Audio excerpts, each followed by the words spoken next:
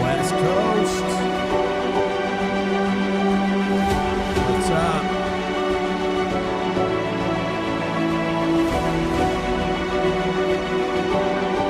$11:20 here.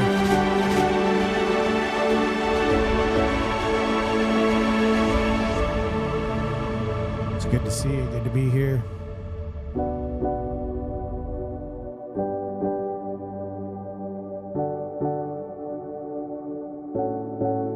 All right.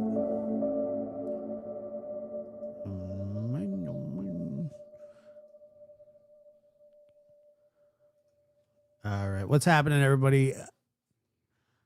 Good to see you. I am your host, Joshua Diaz. This is The Lab. And let's take a look. Hi from New Zealand. Good to see you. Sparker's in the house. Good to see you. One Big Doodle. Good to see you as well. And, you know, let me get something here.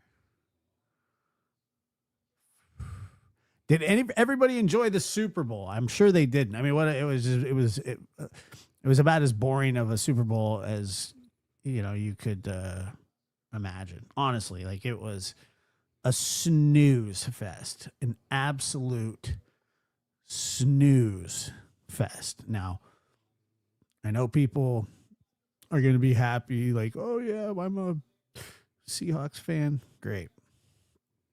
Awesome. But just terrible.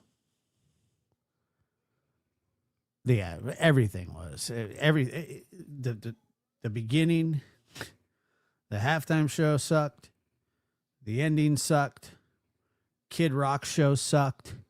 I mean, it was all bad. It was just boring. I didn't even remember the score. It was everything. The halftime show sucked, and the alternative halftime show sucked. Go figure. So whatever. I mean, my sister was basically almost ruined it because there was some, I don't know, there were some commercials. I don't know. I didn't watch too much of it. I don't think the commercials weren't that good either. I mean, Kid Rock lip syncing, you know, just and then, you know, I did with. I don't know anything about Bad Bunny, and you know, I don't care who. I don't care who they pick for the halftime Super Bowl. People get so mad about shit that has like no significance on their life. I don't care. It was just bad, you know, everything about it, and you know, yeah, TIR. I know you guys were over there. Big show. Excellent show from Chris and the fellas. And the Backstreet Boys karaoke, the crypto one. Yeah. Yeah. Well, I mean, that's a great question. We're going to talk a little bit about that. Who does kidnap people with look, the longer this thing goes on, and I said this yesterday, and you know, I have the guys on tomorrow, Chris and Dr. Gary. Let's see.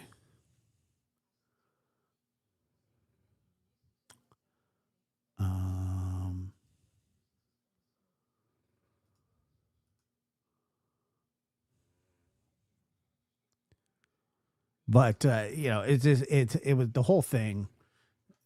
The longer it goes on, like it's been over a week now. Tomorrow is the supposed deadline. Who knows what's going on behind the scenes? Nothing could be going on, or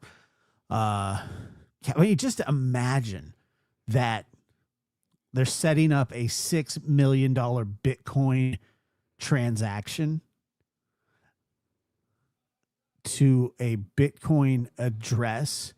And it's not like I've just been thinking about this. It's not like you can't see where that Bitcoin is going or where that Bitcoin is cashed out or anything like that. So that is why I don't think that the money, the ransom, all of that stuff, I don't think any of that stuff is, for some reason I don't think it's real. I mean, you have to somehow get the money, the Bitcoin, the digital currency, the cryptocurrency, you have to get it from your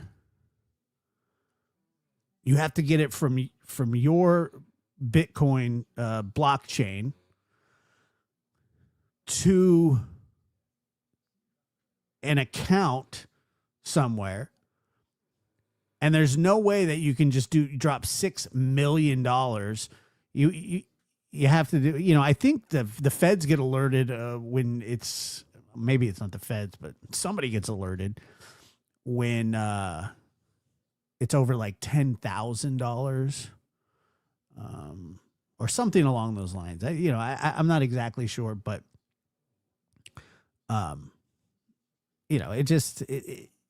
it's a first of all, it's a risky ransom notes, or ransoms in general are completely risky. There's just, how often do people get away with it? I mean, almost never. Yeah, PayPal has Bitcoin options. Cash App has Bitcoin options. I don't know if Venmo does, but I would assume, like I said, you can go to a Bitcoin terminal and it's 10,000. Yeah. You can go to a Bitcoin terminal and cash it out. But I mean, you can only take, like, from just like an ATM, you can, I think, the max I've ever seen anybody be able to take out an ATM is probably like $1,000. And that's on the high end. I mean, you're looking at 500, 300 max. So, I just don't, I don't see the actual request for the ransom money to be legitimate anymore. Not that, yeah, it could be, some places are 1,000. It just depends, but there's also a limit that you can't just go into, if you have $6 million in the bank, you can't just walk into the bank and go, I want all $6 million. I mean, there has to be something set up in advance. They're not just going to roll out $6 million to you, or even $1 million, $500,000 for that matter. I mean, there are big protocols to go through, and that's typically why, bank robbers, when they rob banks, they have to wash the money so it can't be traced. Meaning, who exactly did they buy something, a large amount, resell, so then the bills sort of get filtered out, because money is traceable too. Each dollar bill, $5 bill, $10 bill, and so on has a serial or a serial number on it, and they can all be traced. They can all be tracked. You can go on the internet right now. You can take $1 out of your pocket or whatever. You can type. It's like, I think it was like, where is George Washington or something? I can't remember exactly. And you can type in the code and it'll show you like what banks it's gone through. And I don't think,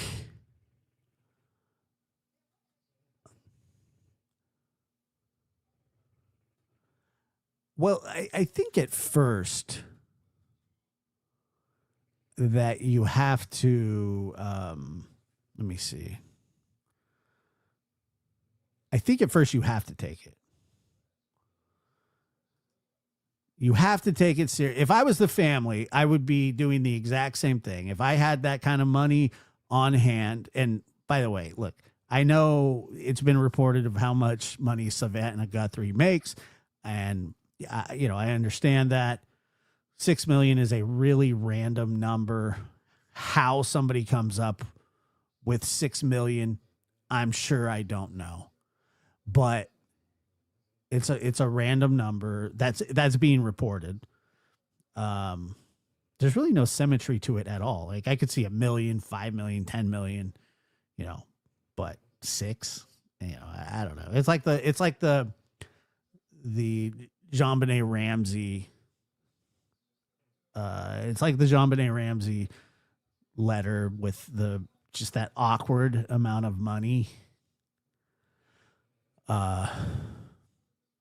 So awkward, just like, so like I said, I think personally, once again, that what happened was it was either a robbery gone wrong.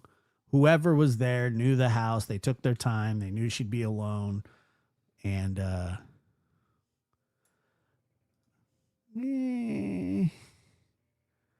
is it?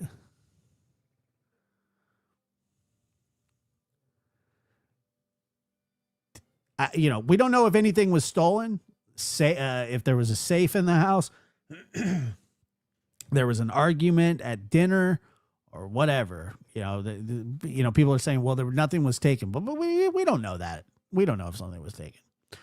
They were there for about 40 something minutes. So, who knows like exactly what's going on. But they were back at the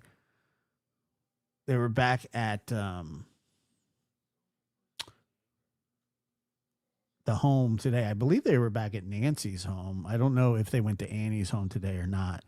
I didn't see that, but we're going to play some of Brian Enton's show from earlier, and then we can discuss it. And also, if you haven't, check out the interview room. I also did a live this morning. And if you haven't seen that, please check that out too.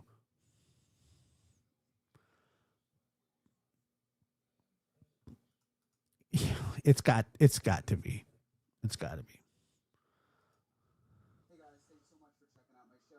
I really, really appreciate it. Please click to subscribe. I really appreciate all the support. Of course, I'm still in Arizona.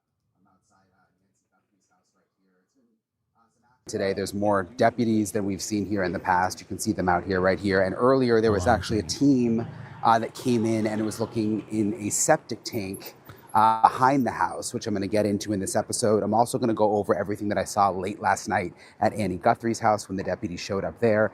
And I have and this is really helpful. Look at Enton, man, getting his steps in. Attaboy. Pima County. Oh, yeah, I went on a hike today, too, by the way. It was pouring rain, and I slipped twice. It was so much fun, though.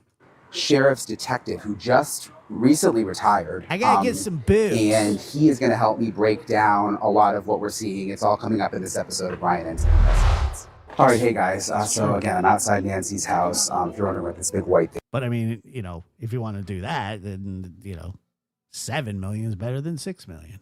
I slipped twice. It was so muddy. But it was raining like a son of a gun. Yes, this is what we use for our TV hits, and it's so hot out here today. And so sunny that I was just going to do my show under this too, because at least it's shady, But it's been there's been a lot of activity over the last 24 hours. Obviously, there was the Savannah Guthrie new video that she made where she said she's willing to pay. And again, my heart just goes out to her and her family. The whole thing is I was just talking to one of my colleagues out here. I'm super close to my mom. I'm an only child. And if this was my mom, I would just be wrecked. So, I mean, most people would be, I mean, I kind of look at it from the standpoint of, my grandmother because she's close to that age. It would drive me insane. I mean, I would be just Brian's echoing. Oh, I gotta hold on. Hold on, please. All right, that should fix everything. Strength that Savannah Guthrie is showing is pretty incredible. And so my heart goes out to her and her family. But in terms of the latest and everything that's been happening here outside Nancy Guthrie's house, there's been some action today. And if you're, depending on when you're watching this, today is Sunday. There were some deputies that showed up earlier and then were in the backyard or behind Nancy Guthrie's house and opened up like what looked like a manhole cover and then had like a long stick that they were pushing into the manhole cover, which it seems like it's a septic tank. A few of you all messaged me and said you thought that it was a water tank. I'm not really sure. One of my sources was telling me normally they would use that pole to, again, it sounds kind of, sounds kind of graphic, but they would use it to like probe for a body to see if there's anything down there. So they were doing that. That seemed to be their main focus today when they were out here, and they were here for about an hour and then left. And besides that, it's been relatively quiet here at Nancy Guthrie's house, besides just sort of deputies patrolling the area. And they have still been canvassing and going door to door and that kind of thing, just looking for anybody who has any information. There was also a lot of activity last night at Annie Guthrie's house. If you were following me, I was posting a lot on YouTube stories and on TikTok because I was out there late last night. Basically, we got word that there were these 3 deputies that showed up to Annie Guthrie's house.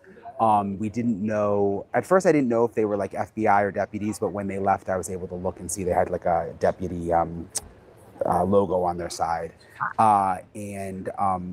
Look, I personally think that if this was an abduction, that an abduction for ransom, then it would have been settled by now. Like if their true intentions were, okay, we're gonna kidnap Miss Nancy and we want Bitcoin, you would think that they would be a little more expeditious about it.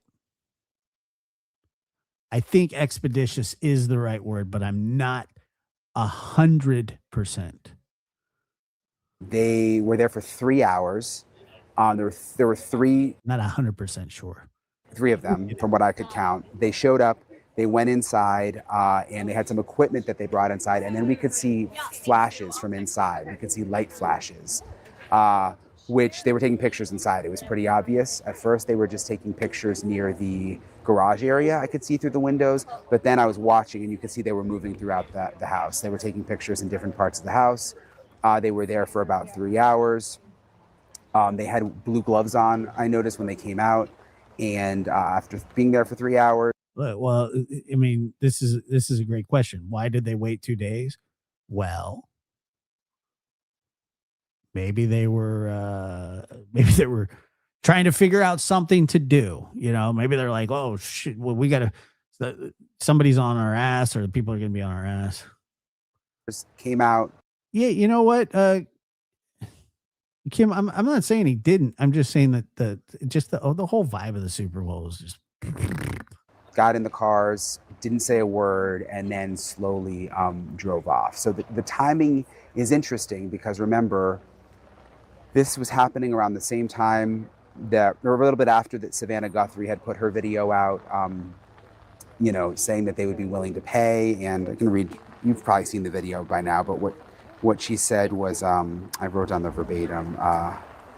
She said, "We received your message and we understand.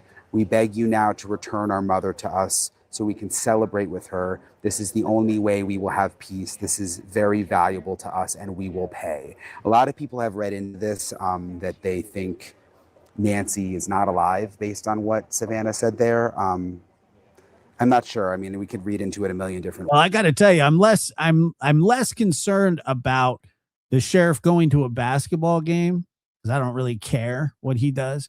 But I'm more concerned that the crime scene has been compromised 10 times over because of that, because he didn't shut it down.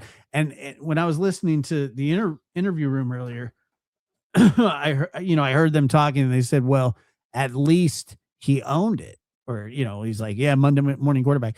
Dude, I mean, how long have you been a law enforcement officer? How long have you been doing this? I don't care if he owns it or not. I mean, that is a screw up of epic proportions. Now, is he human? Of course. Could I do a better investigation than him? No. But, just going, well, I think it's just like, dude, what the hell? I mean, it is police work 101. It's standard. Do not contaminate the crime scene. Don't touch anything. Keep everybody out. That's easy stuff. That's the easy part. Ways, but it's just.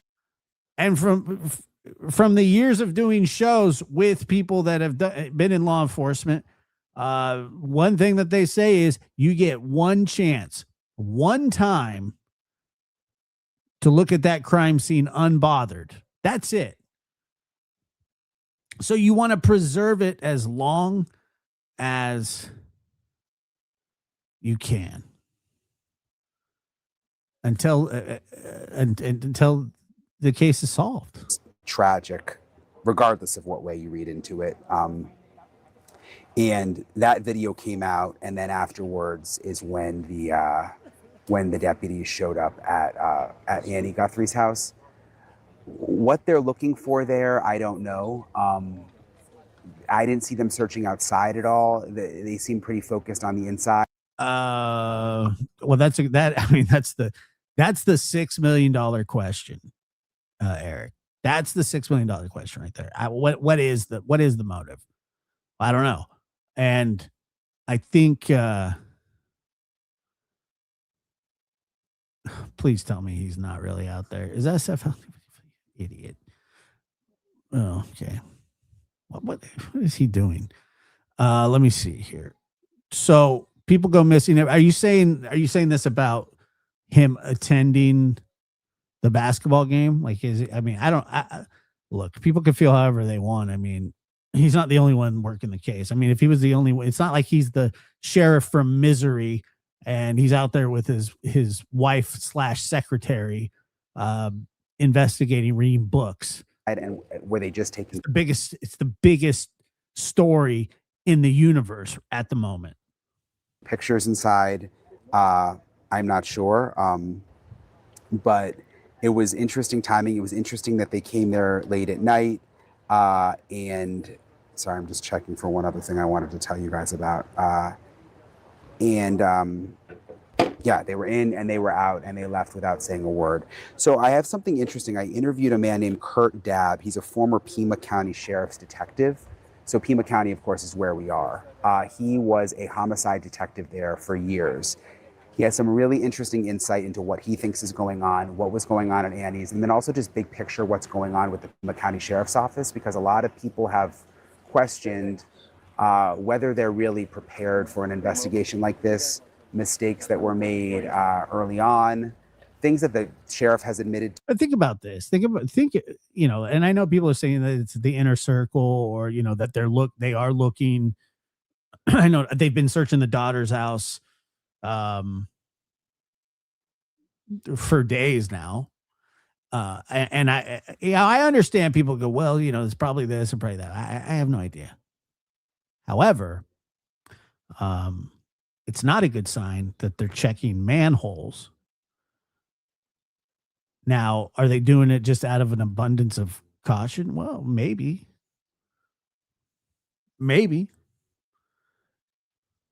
Too. Why did they open up the crime scene so early? So it's interesting to get this insider perspective because he still knows people there and he was there for a very long time. Kurt was. So I want to play this interview that I got with Kurt. Let me see just really quick here. I like Brian Enton, hardworking, but he shouldn't approach the scene. Everyone wants to just, look, he saw blood on the front porch and they took it down. That's not necessarily his fault. Just like it's not really Banfield's fault for reporting what somebody in law enforcement told her. It's just, and I don't think what Brian did was unethical. And I wouldn't go as far as to say it was unethical for what Banfield did. But if she had any respect for the investigation, then, I think that she probably notice nobody else is saying this still. It's just her. And I don't even think she's saying it anymore. For you guys. So, Kurt, you worked for Pima County Homicide for how long? 7 years total. And how long were you at the department? I was at the department for a little over 20 years. Okay. So thank you for talking to me. Sure. Because just with your experience and knowing the area locally is really helpful. I just want to start with the most recent thing. Last night I was out there at Annie's house, and we saw 3 deputies come, and they had not a ton of equipment, but one bag and box. They went inside, and they were inside for about 3 hours. Okay. We saw flashes, definitely camera flashes from different rooms in the house. What do you think was happening? Well, they were obviously sent back there to find something. How that something came about, I don't know. I'm sitting on the outside like you, but it could have been through an interview. It could have been through some of the forensic stuff that they had sent out to be processed. So there's a myriad of reasons why they could have been back there. But suffice to say, at least they were back there, following up and continuing the investigation. The one I saw was wearing blue gloves. Okay. Do you think they were just taking pictures? Well, I mean, you got to think about it again. It should be treated as a crime scene, whether it's Nancy's house or Annie's house. So you want to make sure that, you're not going to leave any evidence that contaminate the scene. So that's why they were wearing gloves, I'm sure. But what they collected, we don't know. Yeah. I didn't see them. They brought one brown bag out, but he didn't seem like he kind of tossed it in the car. Like I think it was more maybe what he was, some kind of work he sure, brought. Could have been, it could have been scraps or garbage. They could have collected, some pieces of evidence in there. Maybe they were fingerprinting. Maybe they were collecting DNA. Maybe they were simply just taking photographs. No, this guy is an ex homicide detective for Pima County, and the thing is, don't you want proof of life, Savannah? Well, I'm sure that they want proof of life, but are they going to? I mean, what choice do they have here? What choice? I mean, do they have a choice? I don't think so. I mean, you pay it. And I mean, you want proof of life, of course you do. That's the stuff, that they may have brought out. It could have been trash from, their processing, or it could have been pieces of evidence. Are you surprised that they were just doing that now? I mean, it's been 7 days. Right. Well, it's not really a surprise if you think of it in the grand scheme of things, where you're furthering an investigation and you're getting more information as it goes. So you may have to go back to the scene of the crime, or other places that you just discovered may have been part of a scene of a crime. I think what my concern is maybe that house should have been processed the same day as the first house. And I don't know if it has been. I don't have any inside information, but from the outside, that's kind of what it looks like, is maybe that stuff wasn't done first, and, they had to go. But you would. I mean, you would. Back because they did get some type of information. Would it be normal for just 3 deputies to show up? And they didn't put any crime scene tape up. Right. It kind of seemed low key. Whereas like at Nancy's house, when the FBI came back, it was a big production. What does that say? Well, it doesn't say a whole heck of a lot. It could be those 3 detectives were tasked at a briefing, which they should be having multiple times a day, or at least once a day, daily, because you're getting new information in. So it could have been simple as, a sergeant or a lieutenant or a captain saying, hey, we need. Look, if the ransom is real, if the kidnapping ransom is real, and I don't, for some reason, I'm leaning towards it not being real. They obviously would have kidnapped her because she's the mother of a famous person. Savannah is in a unique position to where she probably can afford. I don't know this for certain, but I would assume. I mean, $6 million is a lot of money, but she's in a unique position to where she probably can get that kind of money together. And it's the money's not the issue. I think the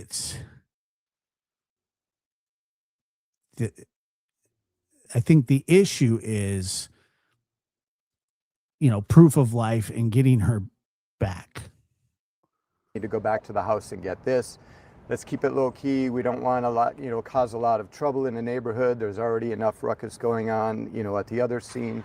So maybe that's what it was, just to go in low key and not make a big disturbance. And 3 Dave said, do I think that the family's involved? The only thing that makes you think that the family's involved, without hearing from Ashley Banfield herself saying that she believes that the son-in-law is the prime suspect, would be them searching their home. Now, coupled with the reporting and the searching of the home and the pictures and the forensics, I mean, it would be hard to think that somebody's not, or it'd be hard to think that they're not involved. Somebody's not involved in the family. That's kind of where I'm at. Is the timing strange that they went at night? No, because you got to go when you find the information. So maybe it was something they just discovered yesterday in the afternoon. They had to have a briefing and formulate a plan, a course of action, and then they went back. So that stuff could happen at any point in time. You saw the latest message from Savannah? I saw the message last night. Yeah. What do you make of it? Well, again, being from the outside, but using my training and experience, thinking back on the numbers of homicides that I've investigated, I don't think it's going to have a positive outcome, right, of Nancy being returned alive. I think it was more of, and this is just a guess, thinking it was more of, hey, we intended to bring her back to you. Unfortunately, circumstances happened, but we still need to get paid, and we'll return, her remains to you, or let you know where they are for X amount of money. But that's just me. That's just my feeling on what I saw last night. I'm praying and have been praying that, she is returned whole and healthy. But last night's video from Miss Guthrie, scared and caused me some concern about that happening. It's so unusual that we have the video coming out, but then also the search at Annie's house. Yep. And I mean, could there be multiple theories that they're working at the same time? Look, I mean, I've never seen anything like this. My 7 years in homicide, 20 years as a cop, investigated a couple of kidnappings, but I think for the most part, kidnappings, especially in this local neck of the woods, southwestern Arizona, a lot of it has to do with cartel-related kidnappings, drugs, smuggling, people smuggling, avocado smuggling, whatever. Avocado smuggling. This what? is different. I don't think that has anything to do with what this case is. But then again, you could have somebody that jumped on the bandwagon right away, saw what was going on, sent a ransom note, just trying to extort money from Miss Guthrie and her family, like we did with the one or two others, one of which, was arrested. And they could be a red herring. And they're still trying to figure out where she is. So yeah, it's a bit confusing. The area where this happened, I mean, Annie lives 10 minutes from Nancy. You live right in this area, so yes, you're very familiar. What does avocado smuggling have to do with kidnapping? That's my question. With the area. Is it a quiet area normally? I mean, Nancy's and Annie's. Yeah, absolutely. This is an extremely quiet neck of the woods. I mean, most of the houses are on 1 acre lots. This whole area was bought by the Genemattis family back in, I think, the 40s, and then subdivided the lots, and that's where it is. It's not like in the city proper, city of Tucson. We're on the outskirts where in the city, everything's, bunched up next to each other. So yeah, it's very peaceful. The type of crimes that occur up here are, car break-ins, burglaries. Obviously, we've had a few homicides throughout the years. We have a lot of. Yeah, I mean, I'm not. I know, but what is but what does that have to do with kidnapping? You would just steal the avocados, not the person. I mean, a person isn't an avocado tree. Transients that live in the area, a lot of sex offenders that are in this, neck of the woods. So it's very quiet, but there is that underlying criminal element that, every once in a while will rear its ugly head. Would it be? I get it. I understand that avocado smuggling is a thing. I mean, I never thought of that until now. I'm sure it is, but I just don't know what that has to do with kidnapping or ransoms. An easy place to get away from? I mean, it's very dark out there at night. It's extremely dark on this side of town. It would be extremely easy to, commit a crime and get away. You have a lot of avenues approach in Annie's neighborhood, much like mine, and Nancy's. There's multiple routes to come in and come out. So we have a main thoroughfare here, Oracle Road.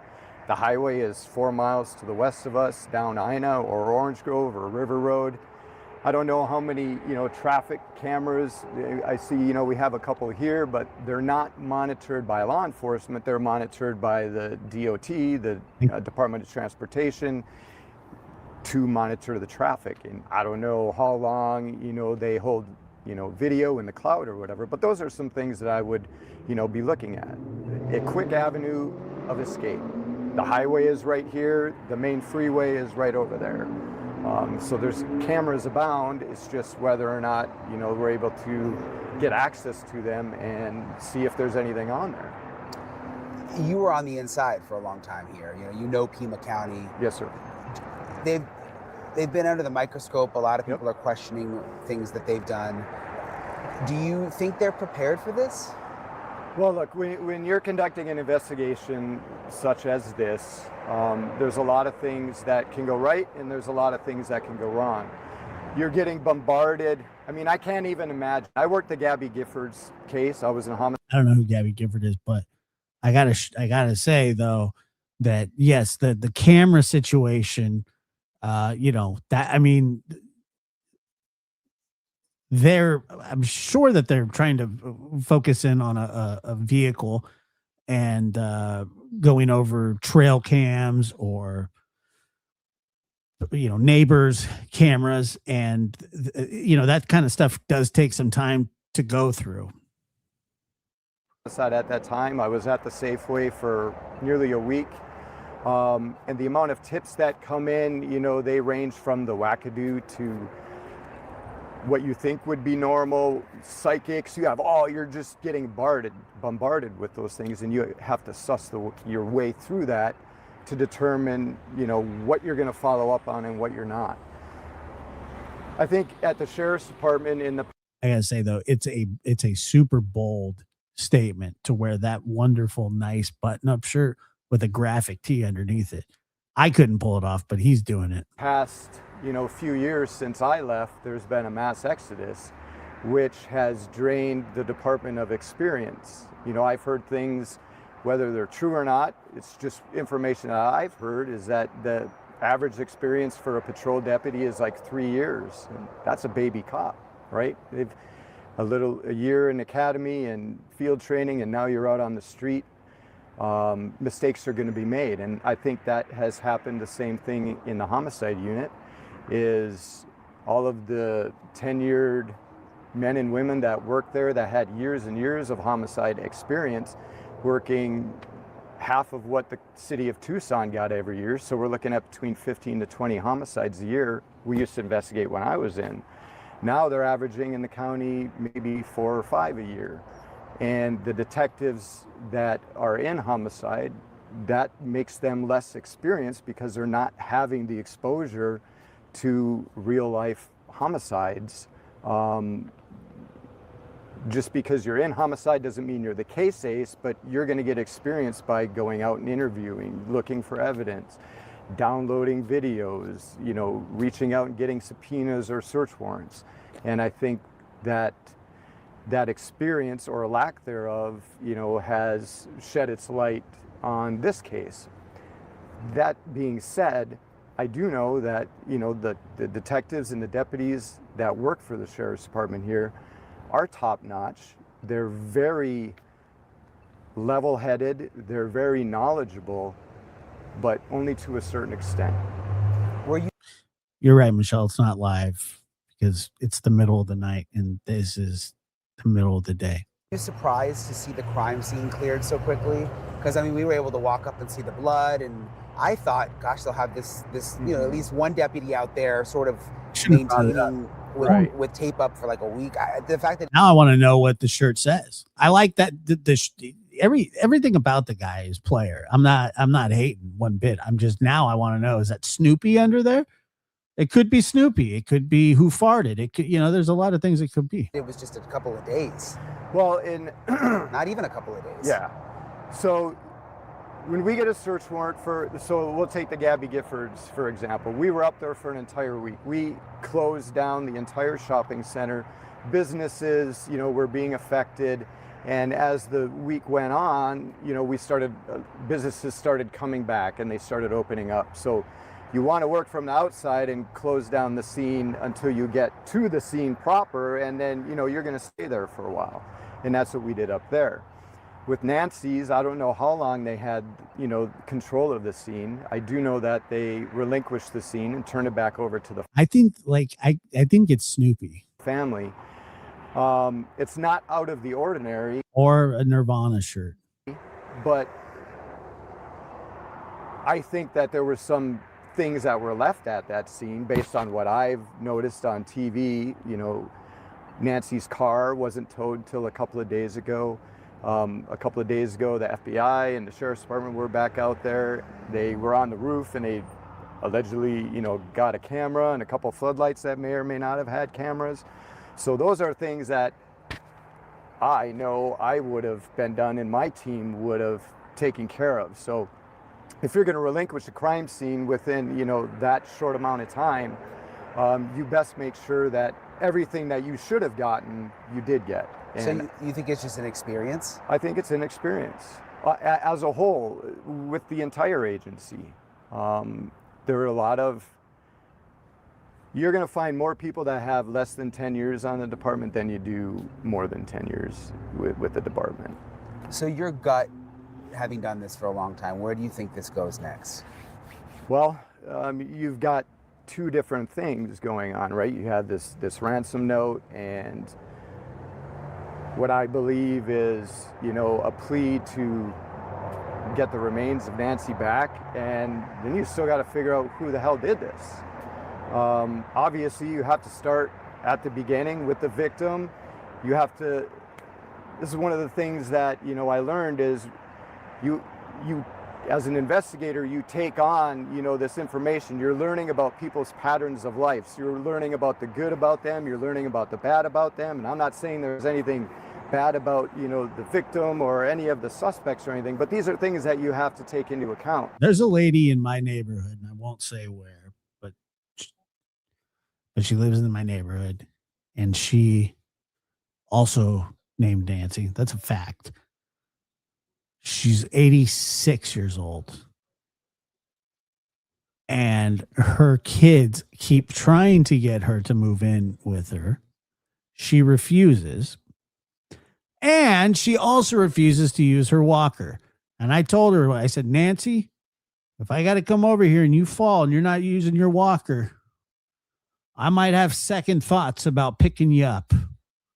And you really have to get to know patterns of life. Where do they I didn't actually say that, but live? Where do they work? Do they go to church? Do they go to church in person? Do they go online? Who do they go to dinner with? Who are their friends? Who do they call in the middle of the night? Who do they talk to when they're having problems? These are all things that initially and should continuously be done throughout the investigation.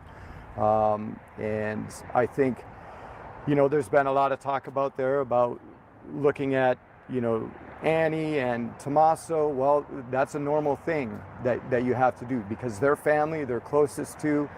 From what the sheriff said in the first interview, Tommaso was the individual that dropped her off, and a couple of days later, he changed verbiage and said family members. Well, I mean, take that for what it is. It could have been a miscommunication during the initial press conference that he held, and then he got, you know, different information later. So, but I just think that, you know, I'm not going to say the ball was dropped because they've done an amazing job. They've garnered a lot of information. And again, with the help of, you know, The only thing that's new is my commentary. Sorry. I'm sorry if you've seen this already. the media, I think I was busy hiking and falling down and then watching the most uneventful Super Bowl of all time. mistakes were made, but they're not overcomable. It's just they're having to go back. And again, that's not that big of a thing either, because like I said earlier, as the investigation progresses, you're going to get more information and you may have to go back to the scene. I haven't Do you seen think that they're having people take lie detector tests? I was thinking about that this morning. Is that a tool they would use? So I worked at the agency for a little over 20 years. Did 7 years in homicide, 2 different stints, one 3 years and one 4 years. Out of all the homicide investigations that I've been a part of, I myself have never had anybody successfully even take a polygraph.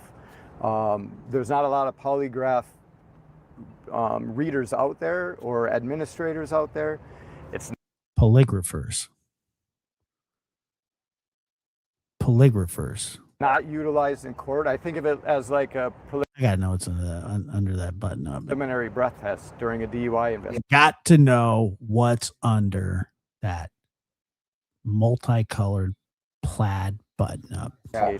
It's going to give you maybe reasonable suspicion and may give you, you know, an avenue to go after because you're getting more information. But as far as I know, I don't think anything's been released about any polygraphs being administered. And I think with the FBI being, you know, on board and conducting a parallel investigation, if you will, we know they have a lot of access to polygraph administrators and things like that. So it may not be beyond a reason of a doubt that it has been done, but I don't know. How sophisticated is this kidnapping? I mean, think about Bitcoin. We're a weekend and no one knows what happened. It's bonkers. I've never seen a case like this. I've never heard of a case like this.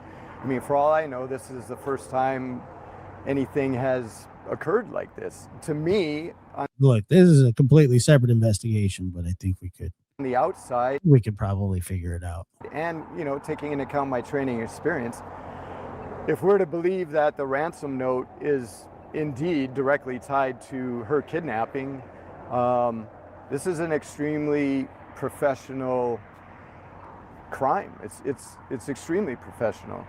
The timelines that have been laid out, you know, the last time, you know, there was a motion sensor was 2-something in the morning or before 2, and then her pacemaker stopped working, you know, 40-some minutes later. That leads me to believe her pacemaker stopped working because her phone and watch were left at the house and she was separated from it. So you've got like 40-some minutes where this individual or individuals were inside the house. Now that should tell you something. What it tells me is that it tells me that they were extremely comfortable in their environment. They weren't worried about the cops showing up. They weren't worried about neighbors being nosy. So yeah, it's a extremely complicated case, and I think one that is going to be commented on for years to come. I mean, I don't think there's a book written for this type of case. You know, we always say when you have kids, you're trying to be the best parent, but there's no book for it.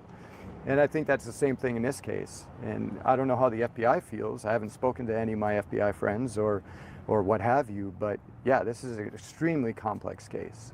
And just back to Annie's, again, we saw them last night going in with the pictures inside, but and we've had camera people out there pretty much around the clock. We haven't seen them search the outside of the house. Is that surprising to you?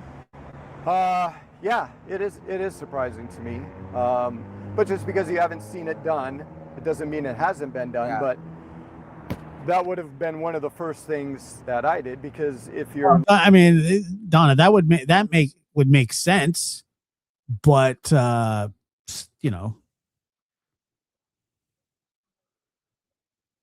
mean, they are experts in the internet, and this has an element of that. Looking at the family and you're going through the investigative steps and procedures, that should be something that popped up. I mean, if you're going over there and you're going to take a car and a cell phone, or cars and cell phones, in the initial stages of the investigation from that residence, well, one would think it would behoove you to do a search of inside the residence and outside the residence. So, but again, that's were they allowed to, did a judge approve a search warrant for that, right? A judge may approve the search warrant for a vehicle and or a phone, but said, no, you're not allowed to search inside or outside. So you have to look at those things as well. But yeah, I do find it a little bit strange that a search wasn't done in the exterior.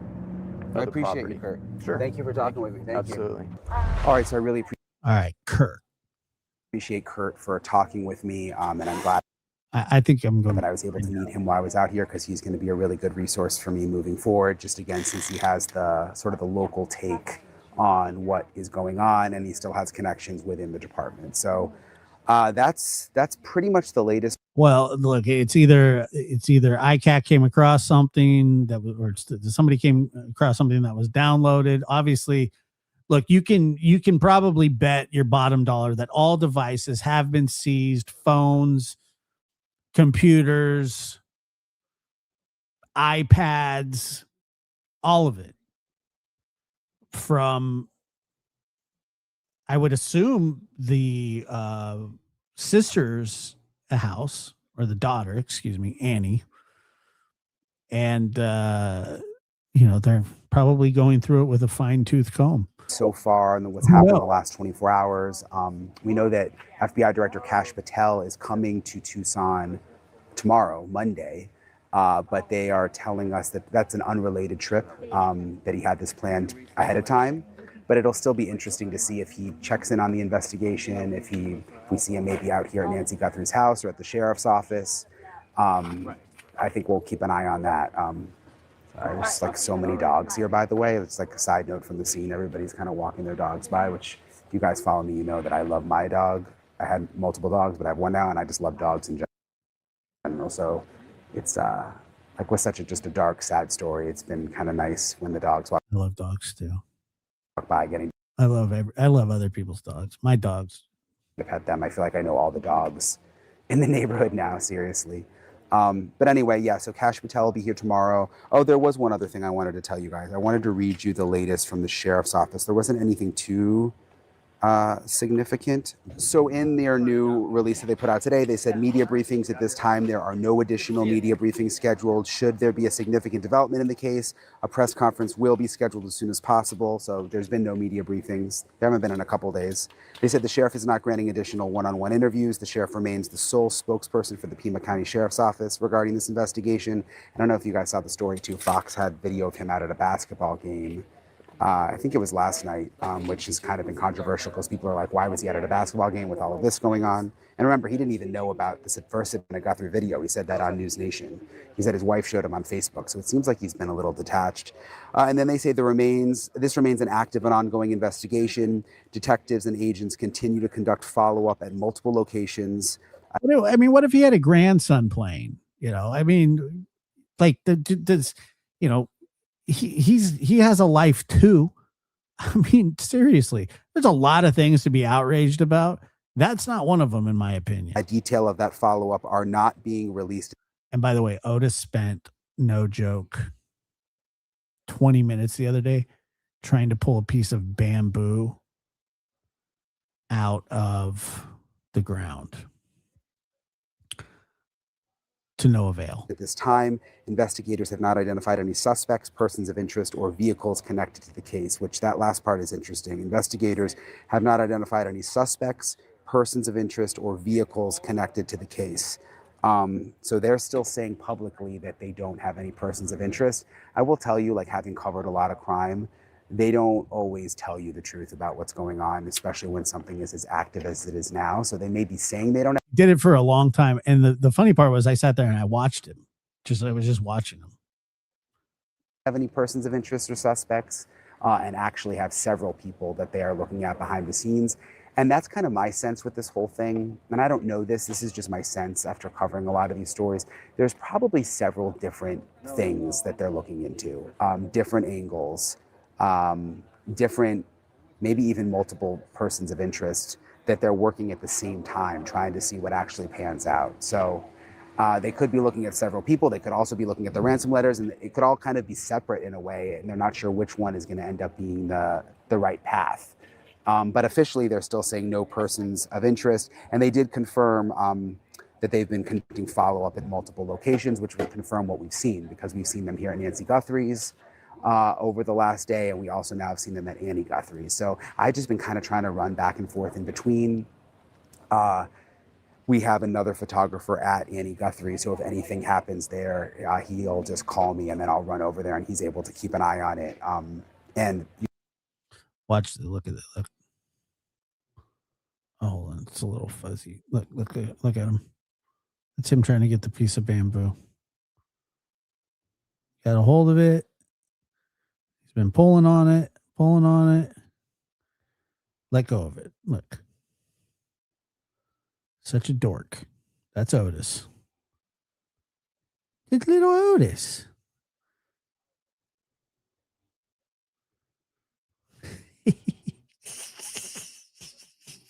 The way he was sitting too was so funny. And then Macho got upset and then started pulling on it, and then they got in a fight. You guys saw my story yesterday. Mo has his drone, and he actually, his drone broke, and he was able to fix his drone, so we've got the drone working again. So we should have, pretty good coverage for you guys, on the podcast and also for News Nation. So appreciate you guys for following along. Thank you for all the support. Thank you for subscribing to the channel. Really, really appreciate it. It means so much to me. And again, my heart goes out to. Thanks, Brian. Let me see. I was going to play this.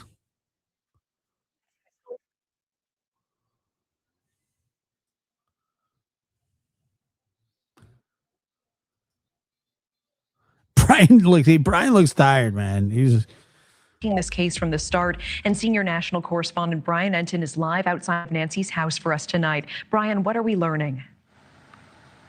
Natasha, the mystery.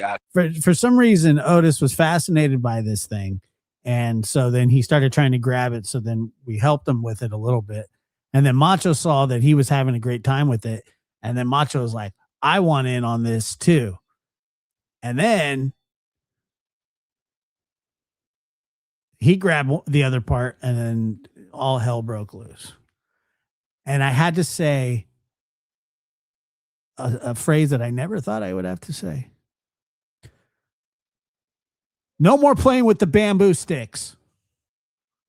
Continues, but there has been a lot of police activity today and last night here outside Nancy's home. We saw deputies roll up a couple of hours ago. They were here for about an hour, and what's interesting is they went to the back side of the house, Natasha.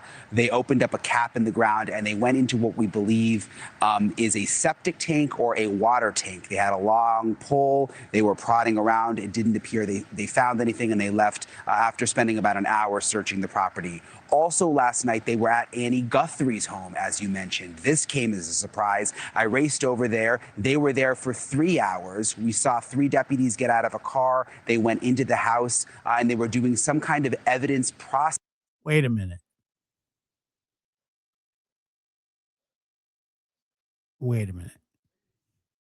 They were back at the house? They were back at Annie's house today?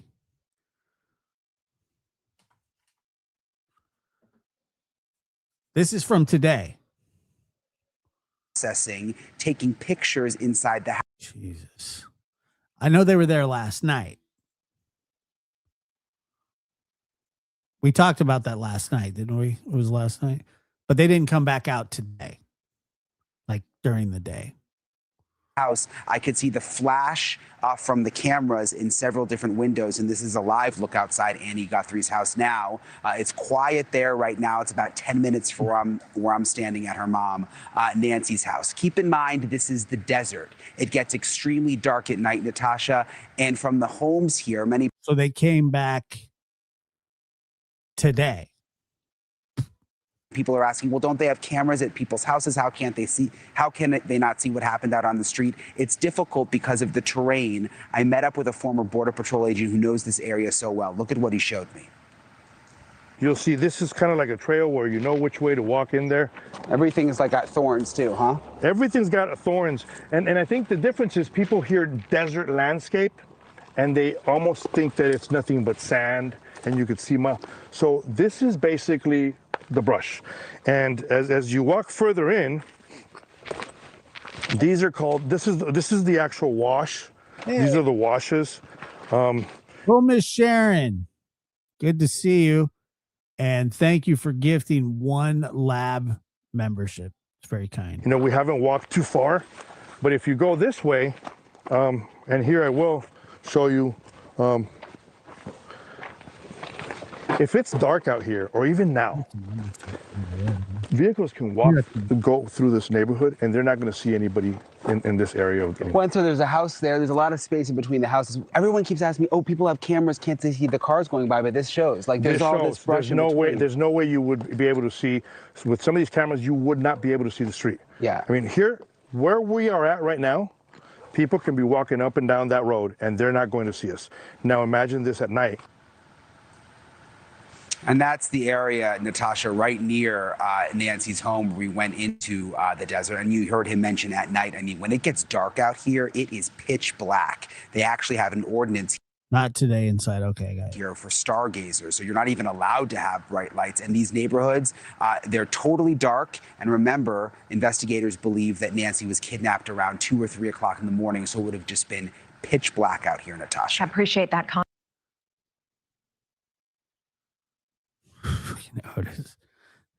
Eric says, I love you, JLR, but take notes.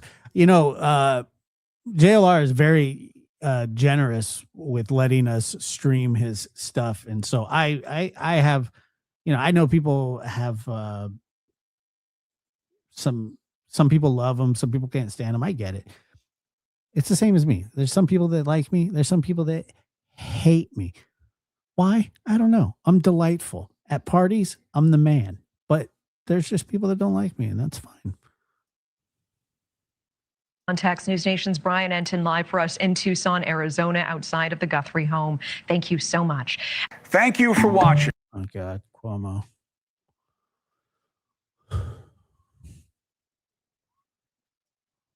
Nine disturbing details. This is 14 hours ago.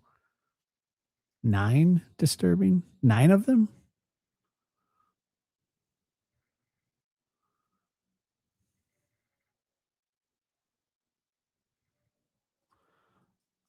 They have an idea of what time she was kidnapped. They believe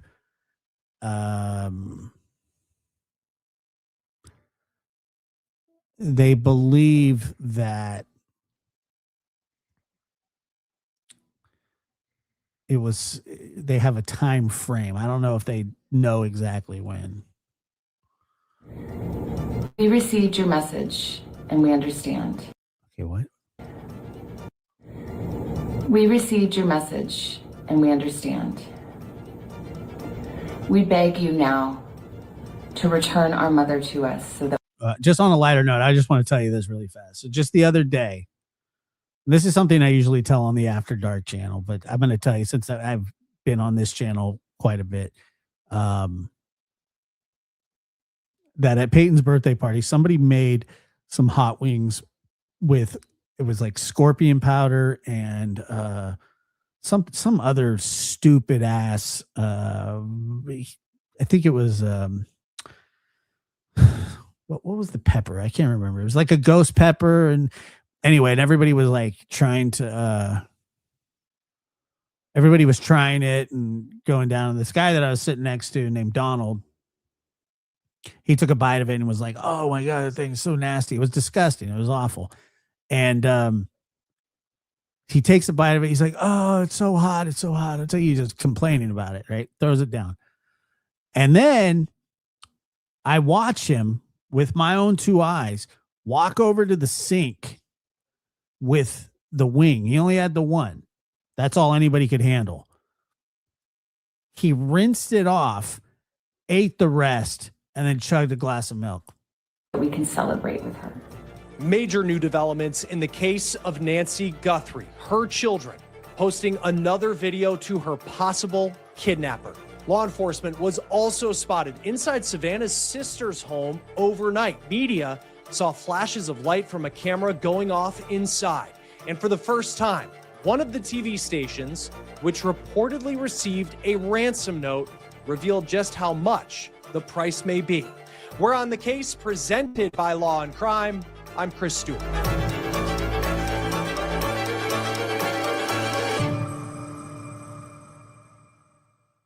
Or does it though?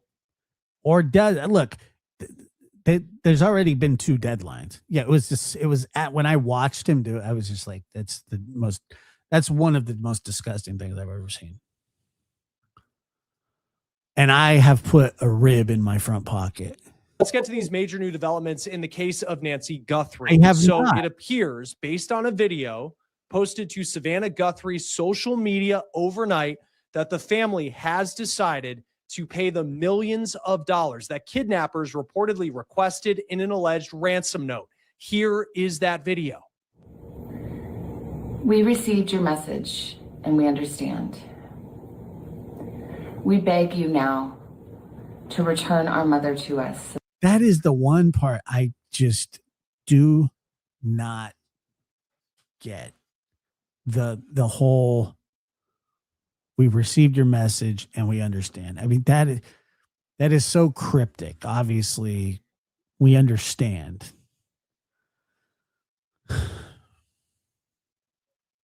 It's weird. So that we can celebrate with her. This is the only way we will have peace. This is very valuable to us, and we will pay. And you look at that video and you can just see how exhausted the Guthrie family looks. Obviously understandable with everything that they have been going through for now more than a week since Nancy Guthrie was allegedly taken from her house in the middle of the night near Tucson, Arizona on February 1st. So now I want to talk about what we have learned about these alleged ransom notes. And it does appear that law enforcement and certainly the Guthrie family, that they are taking these ransom demands very seriously. Now, we have not seen those notes, but we've learned pieces of information as this story has developed over the past week. According to the FBI, the notes had 2 deadlines. One was for Thursday last week. The second one is for about 24 hours from now, which would be Monday. I'll have more on when on Monday those notes may be demanding the ransom money. Now, the first of the alleged ransom notes that were sent out, there were notes that were sent out early last week to... Who are you telling me to ignore the ransom notes, or are you telling them to ignore them? Because I've pretty much... I don't think they're real. I mean, I think they're real, but I don't think that they're... to at least 2 television stations in Tucson. Yeah. Oh, I saw it. It's unbelievable. And to TMZ. Yeah, can we get some support for the channel here? Then you had a second in the middle of the brothers play. It's just unbelievable. Second ransom note that don't get me started. It's just that was sent to one local television station in Tucson, and that went out on Friday of last week. But let's talk about the first ransom note that was sent to TMZ, because TMZ has been somewhat public with what the note entailed, even though they did say that the FBI has asked them not to share certain amounts of information. They say that the note demanded a large amount of money to be paid in Bitcoin sent to a Bitcoin wallet.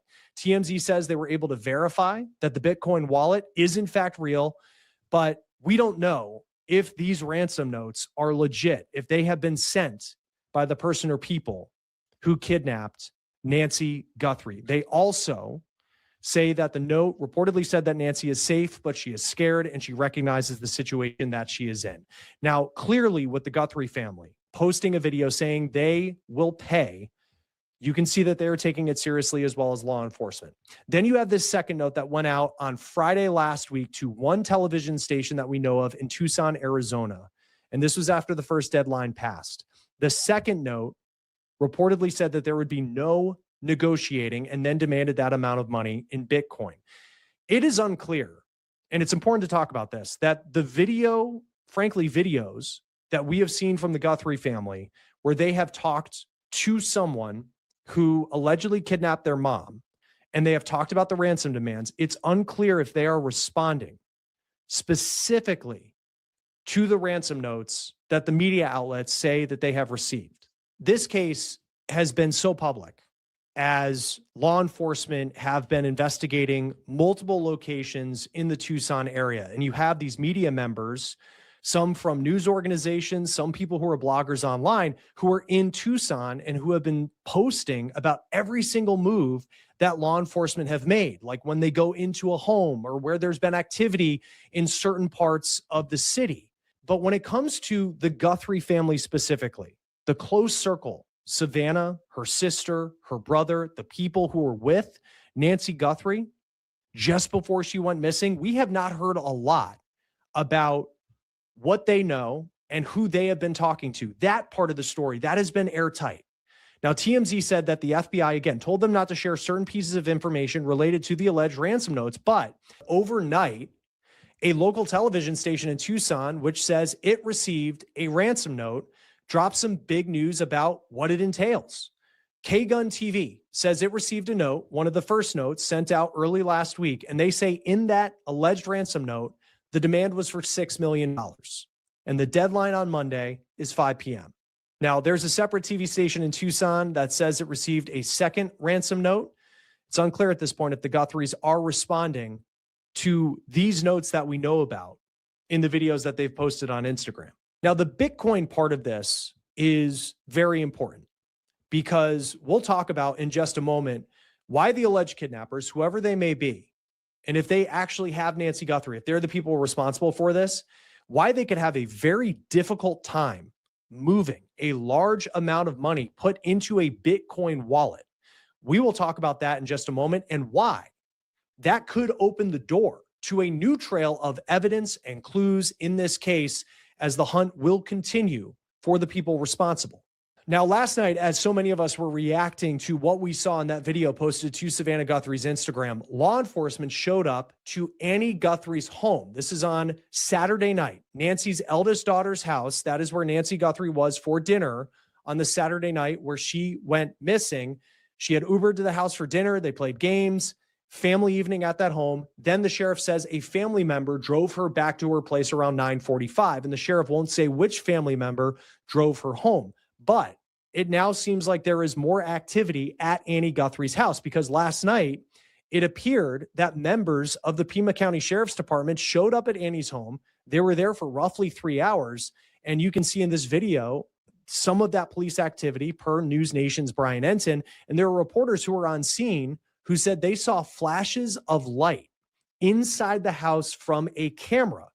Now, the sheriff's department has not said why they went to Annie Guthrie's home for roughly 3 hours on Saturday night. The Pima County Sheriff has also said multiple times that they don't have a suspect in this case, and they also don't have a person of interest.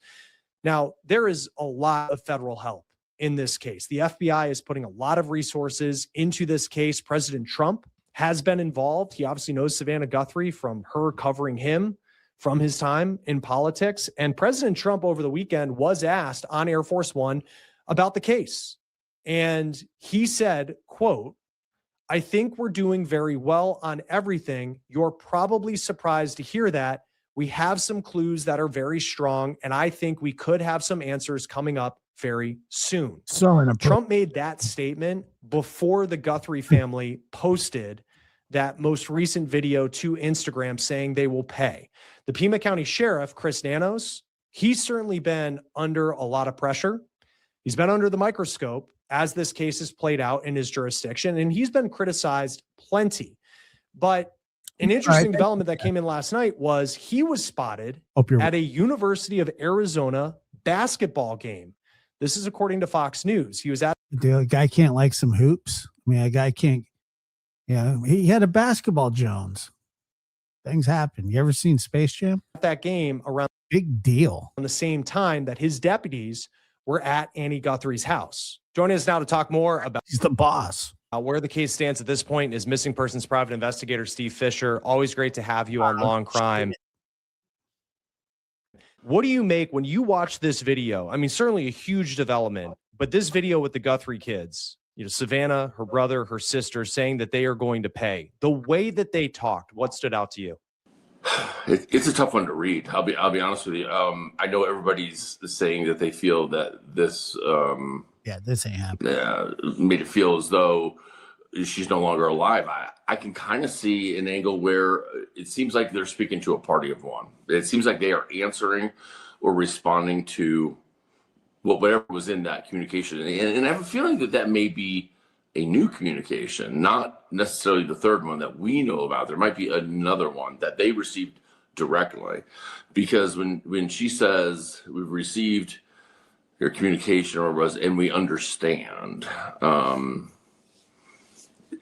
I know a lot of people are inferring that they understand, okay, something may have happened to the mom. Listen to this. It could be they understand.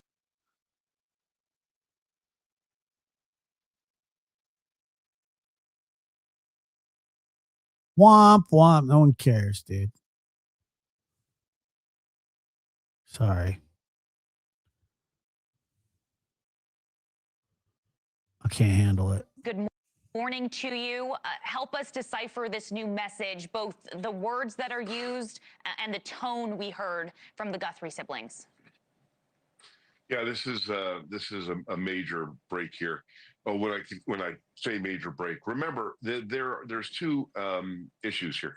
One is the return of the victim, and the family's willingness to pay. You know, if the purported amount of $6 million is accurate, that's a huge deal.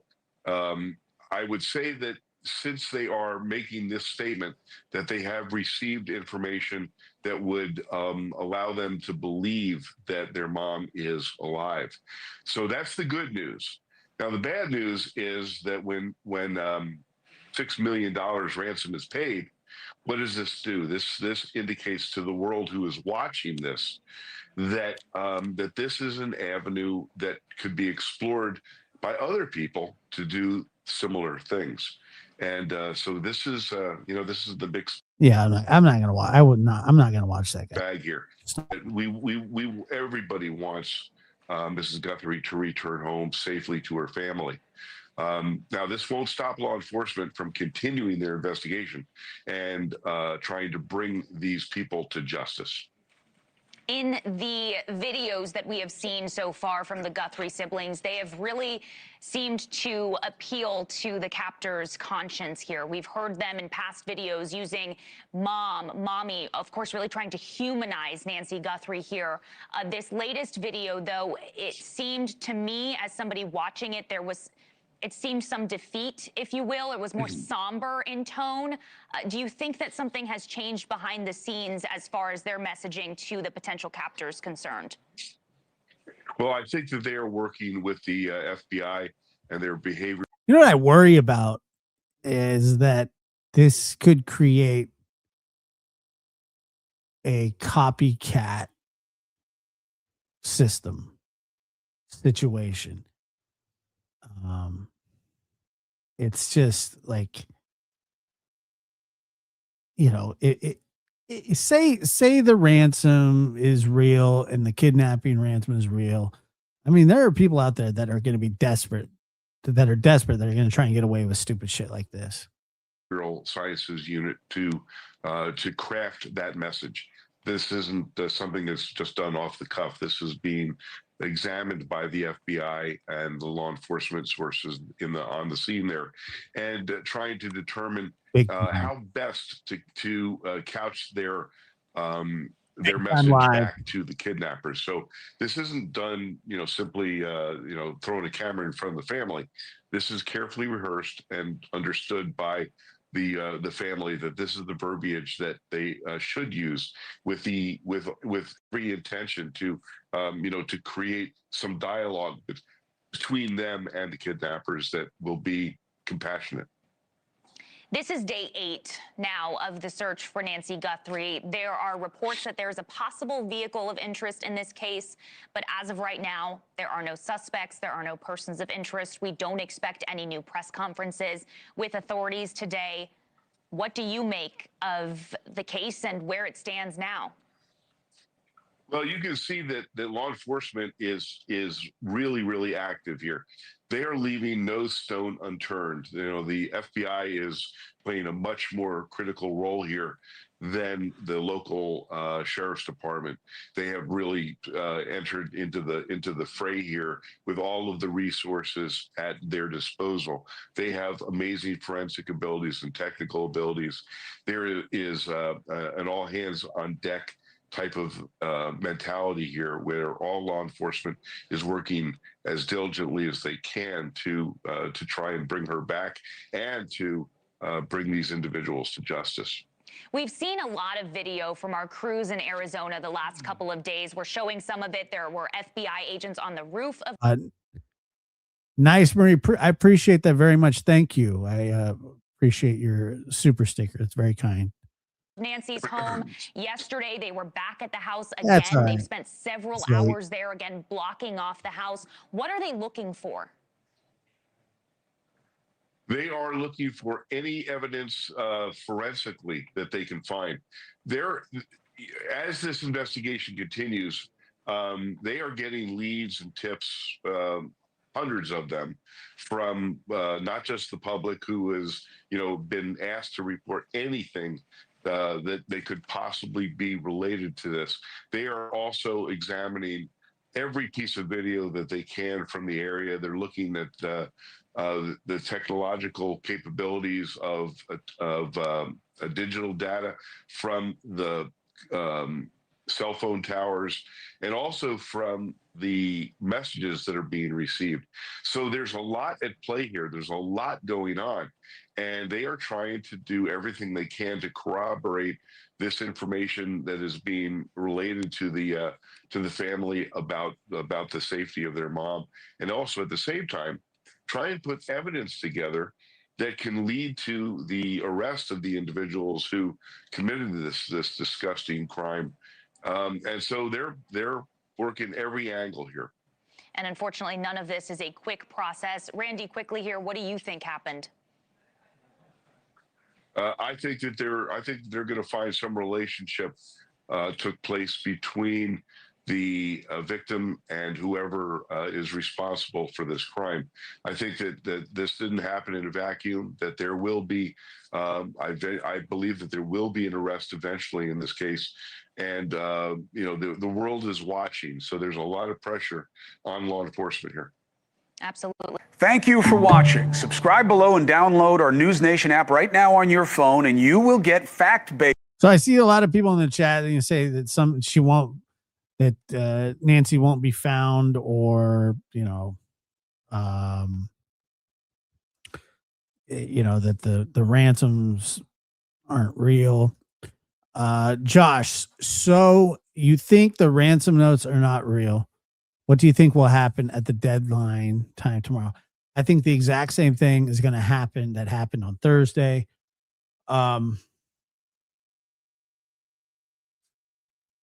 Look, I think that here's where I'm skeptical, and I know that everybody is not everybody, but people are pointing the finger at Tommaso and Annie, or whatever, because the reporting that's happened about Tommaso by Ashley Banfield. But my biggest issue, I guess, is that if it was really that close to home, there's not a lot of movement publicly, if that makes sense. And you would think, or at least I would, that there would be a little bit more, movement. But but where is Tomato, or whatever the frig his name is? Where is the guy? I mean, that's a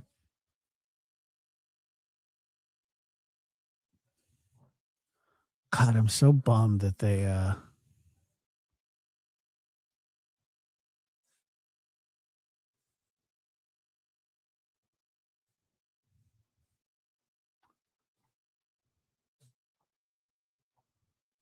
What is,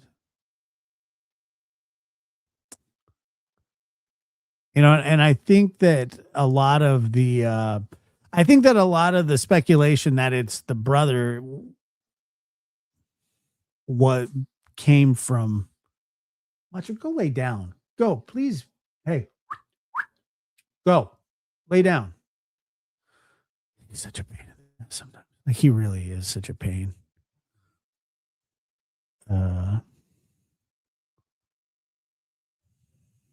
Well, I mean, it's hard to. I mean, how do we know? Last I knew, the family didn't know where to pay. I think they know where to pay. It's just the, like, going about paying. That, I think that's the big issue.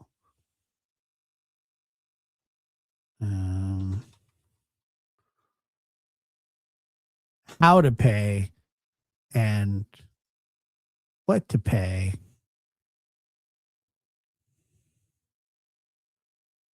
Let's see here. Hold on, give me a second.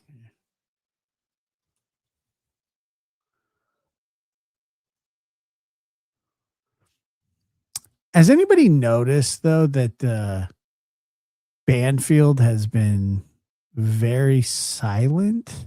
Is there a reason why? Did she get threatened to, like, legally? Because she stop.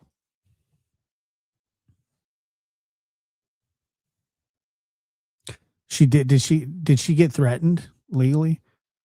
I mean, it would make sense. Let me see.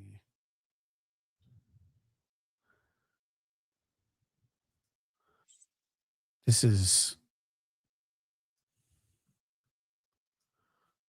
JLR's from earlier. Play a little bit of that. Wait.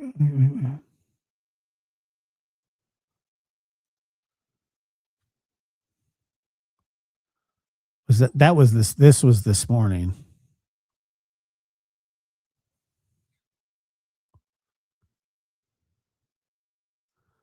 What clown? This clown? Might me? I'm the clown? I don't know if that's what you meant or not.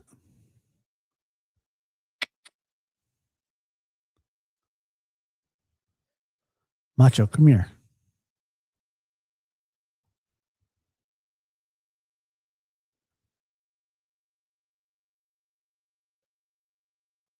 Oh. Well, I mean, look.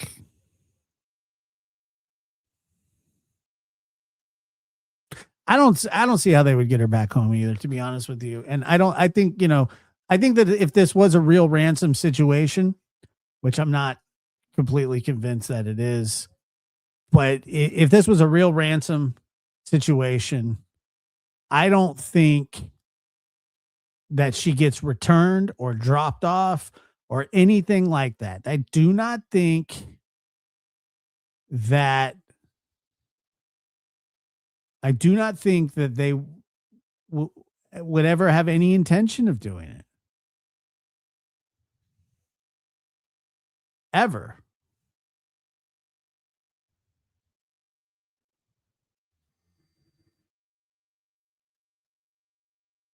I mean, I don't. I just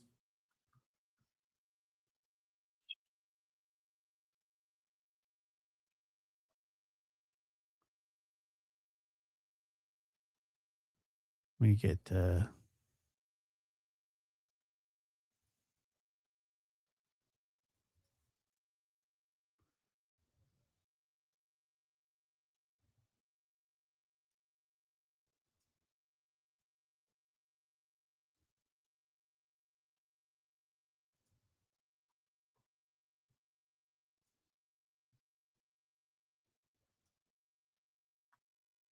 oh crap.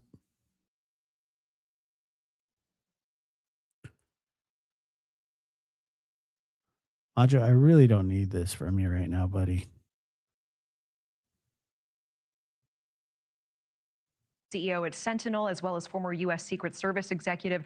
Chuck, always good to see you. And I want to talk about the activity we're seeing at these properties, at the home of Nancy Guthrie and then Annie Guthrie as well. Investigators were at the daughter Annie's house for about 3 hours. We see them leaving, wearing blue gloves, carrying brown bags. This is the last place Nancy was at before she disappeared from her home, Ubering to Annie's home for games and dinner, then being driven home by a family member. What might investigators be searching for now in Annie's home? Well, I think they're looking to rule possible suspects out in terms of family members, which unfortunately is something that you need to do, as well as other close associates. Of course, the home of Nancy Guthrie remains the primary crime scene where the abduction took place. But, you know, one thing I'll note here is the extent that this remains unresolved, the length of time. If this were purely transactional, that is money for the safe return of Nancy Guthrie, in my opinion, this would have been done already if this were purely a money grab on the part of the perpetrators. So one of two things must be true. Either something went horribly wrong much sooner than the perpetrators thought regarding the health and well-being of Nancy Guthrie, or money has never been the main driving motivation for this kidnapping, at which case it becomes highly personal to, one would suspect, Savannah Guthrie, and either based on her notoriety or perceived wealth or both. But something is out of whack here. Something is not following the normal protocol in terms of these types of cases. You know, just an hour before we came on the air last night, the Guthrie family posting that new video this weekend saying, "We will pay," and that this is the only way we will have peace. I want to take a quick moment to listen to what renowned attorney Mark Garagos thought that this new video is indicating. Let's take a listen. My belief was that when they asked for proof of life and when they said they would pay, and I was asked, you know, do you think they will? And I think they will. And specifically that there is a crypto or Bitcoin demand. I think they got the proof of life, and I think they are willing to pay because they want her back. And the reason I think they made this next step is they do have proof of life, which I hope I'm right, because there were quite a few people speculating a lot more negative outcomes. Are you equally hopeful in your belief that there might be a Mark Gallegos believes that they've been shown proof of life and that they're willing to pay?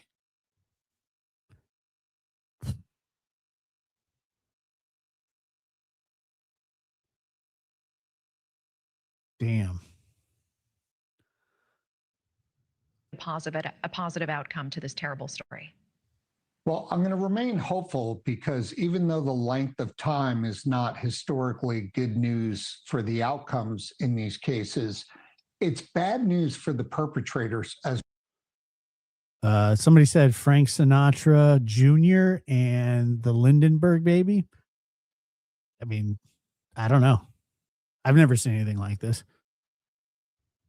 well, because it's requiring them to communicate more. Even though it's through third parties, it's still giving investigators That's kind of his job, but yeah. additional time to deploy different investigative techniques and technologies to find out where they are. And I think the perpetrators would know, based on the sophistication of the trying to conceal the internet protocol addresses of their communications and things like that, that the more time they give investigators, the worse news it potentially could be for them. But to the point that you just played, if the family has been given proof of life, then why are the perpetrators making it so hard? That's what I'm saying. It doesn't take you 40 something minutes to kidnap an elderly. Sorry. It doesn't take you 45 minutes or whatever, 40 minutes, 30 minutes to kidnap somebody for ransom. If that's your main goal, if that's exactly what you're going to do, then you know what you're doing. It's not going to be random. You go in, you kidnap the person, you take them. Next day or that day, you have a ransom note. And this is something that gets wrapped up rather quickly, I would think. I mean, if this is really how they're handling a ransom note and a ransom situation, the kidnappers, I mean, it just doesn't make any sense. To make this payment.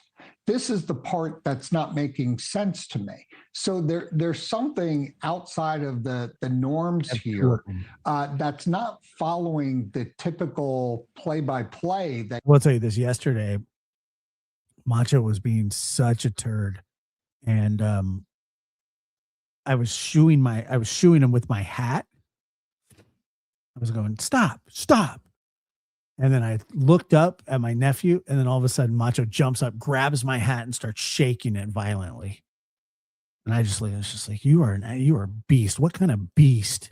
You would expect in a kidnap for ransom. Now, we've got a lot of experience with this in terms of both dealing with the people that carry out these crimes, the victims, as well as things like ransomware, where the systems of a company are overtaken in exchange for ransom, all of which are ultimately paid. Believe it or not, the majority of the American public may believe it wasn't my time, that victims of these crimes don't give in and pay a ransom.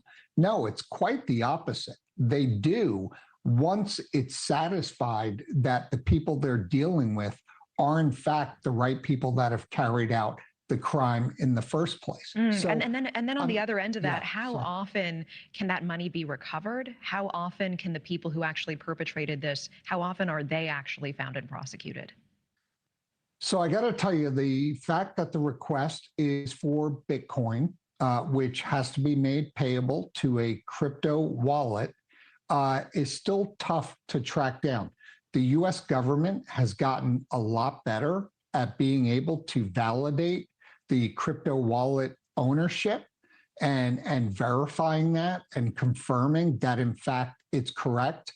But however, it's still not a perfect science. And the kidnappers in this case know that.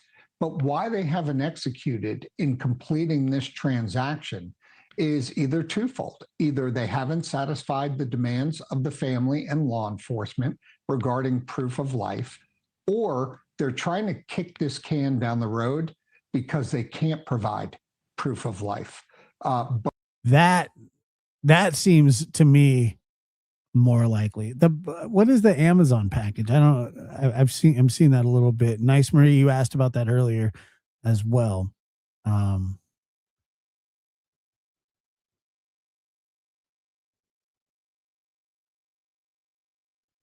Both of which are equally disturbing. One is more disturbing than the other, unfortunately, which means that. Well, Bitcoin is traceable. I mean, you can trace Bitcoin. You can trace a Bitcoin address. This Bitcoin address is probably brand new, so there's nothing to trace. But once the Bitcoin is transferred to that address, and it's publicly traded, although privately because there's no banks or anything involved, it's still a public transaction, but you have to be able to get that Bitcoin transferred into an account that you can cash out. So there's only so many Bitcoin in the world, and each one of them are traceable.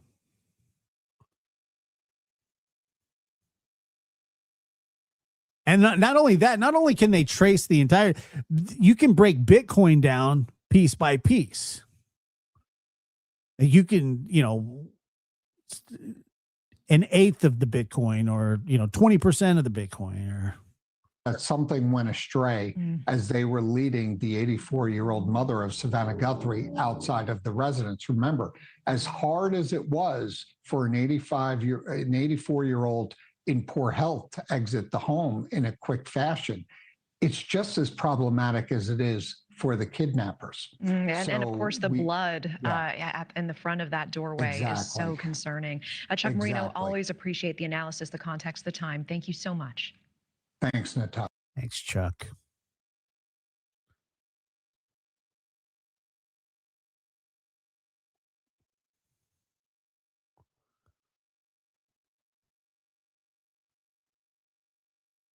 Are there similarities? Is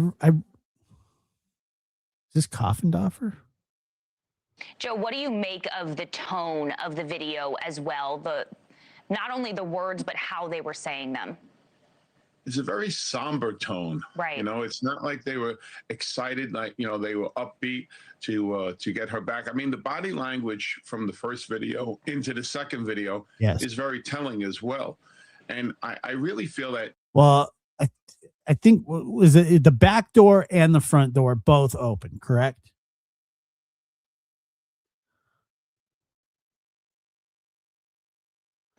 This person or persons, all right, they had some inside help to know what was going on, when to do this. I don't have any Bitcoin, but I remember I had a buddy who has since passed, but he was gambling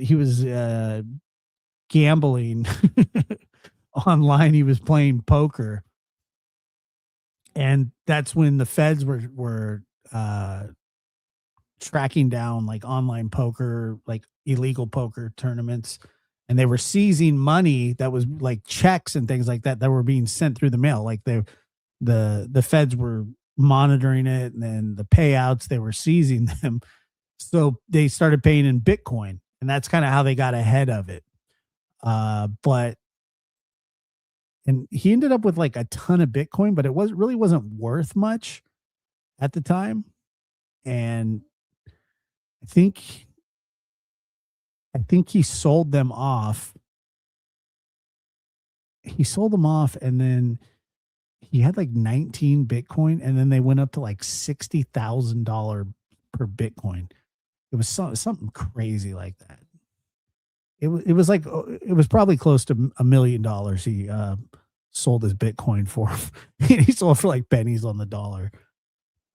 I remember one time he told me, he goes, he says, "You want to talk about regret? I had 19," or he said, "Don't talk to me about regret. I had 19 Bitcoin in 2017. And the other side of this is that this could be very well, it could be AI generated as well, because if you look at the way AI is working these days, and I received an email about this, this is very, there's threads that they can go on with this. But, I'm glad they're not putting out the whole story with this. Excuse me. I feel that they should keep everything close to the vest, especially when the family is hoping to get Miss Guthrie, returned to them no matter what. And, it's something that the FBI is very good at doing this. There's been a lot of question about the sheriff's department. Let's remember, they're not equipped to do something like this. They never handled anything like this before. So the FBI has definitely got the lead with this. And the fact that they keep going back and they keep going to both houses and they're retrieving, evidence from those areas, or, whatever they need to get, is very telling that, they could be very close to doing something with this. Yeah, he was just ordering like a bunch of pizza with the Bitcoin, and then he just sold it. There's also They value daily, but it's still really high. If you own a full Bitcoin, like what's the value of Bitcoin today?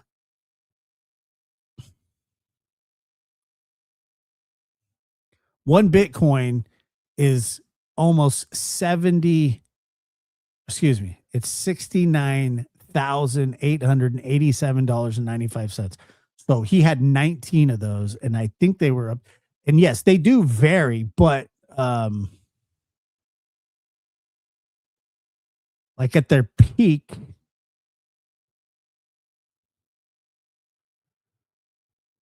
so that would be, was Seth here? Yeah, one full, yeah, and you can break those down into increments. So I don't know.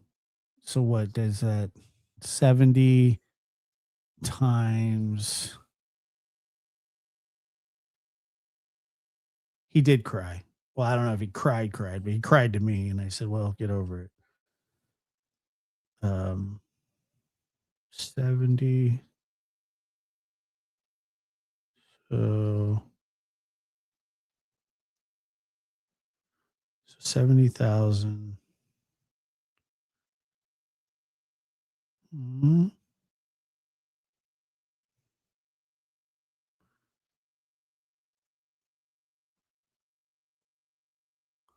I don't know. It's a lot of Bitcoin.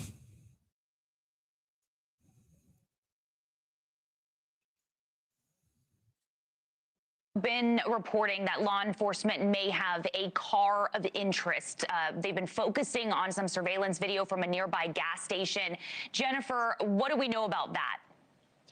Well, I'm glad you asked me about that, because when you look at everything they did overnight, Brooke, listen, they were at Annie's house. That is the sister's I don't know. I don't know if they did or not.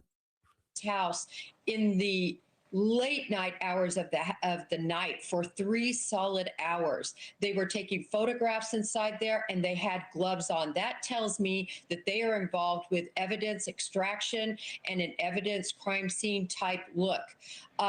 In regard to that vehicle and that Circle K, that was located very close to Annie Guthrie's house. So I find all of this activity quite telling. When I talked about 2 kind of parallel investigations, the ransom note investigation, and then separate from that, it certainly seems like they are trying to figure.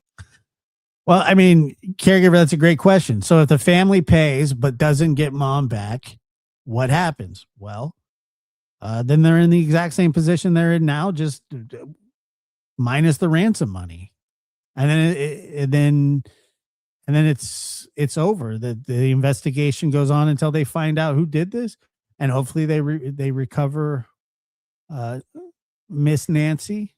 But that's it. Figure out what's happening at Annie Guthrie's house. Joe, I'll pose the last question to you here. Of course, we've been talking about these deadlines. There was a Thursday deadline, a 5 p.m. Thursday that came and went. There's another deadline, though, tomorrow. What happens next? And I guess, what would you advise the family to do? What are investigators doing as we approach that deadline tomorrow?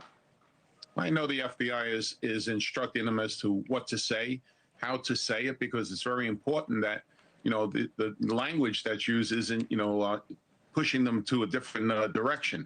So you want to show that you're cooperative with this, which the family is. It's just that the investigation is still ongoing. And I agree with this, with the last statement that was made about going to the house and going to Annie's house and everything. This is very telling. And, that's a small area that, I'm not saying small as far as, mileage and everything. What I'm saying is the tower over there would be a lot easier to ping off of a tower there than in New York City. So they can trace what was going on prior to that. And if everything keeps leading back to one direction, you stay in that direction, but you don't limit yourself to that direction. So I believe this deadline is a serious deadline, but I also think people are buying time. My thanks again to Joe Cardinale and Jennifer Koffendorfer as we stay on top of the search for Nancy Guthrie. Thank you for watching. Subscribe below and download our News Nation app right now on your phone, and you will get fact-based, unbiased news for all Americans. I cannot believe that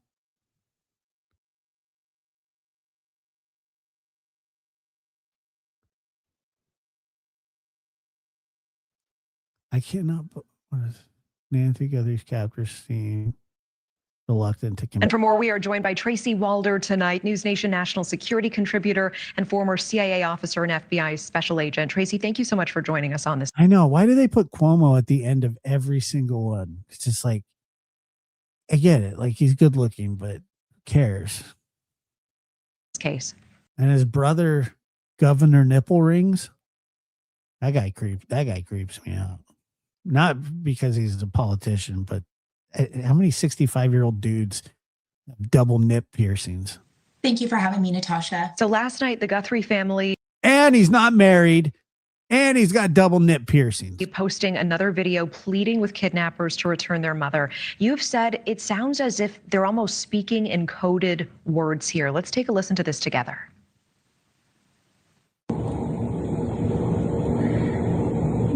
It was Cuomo. Received your message and we understand.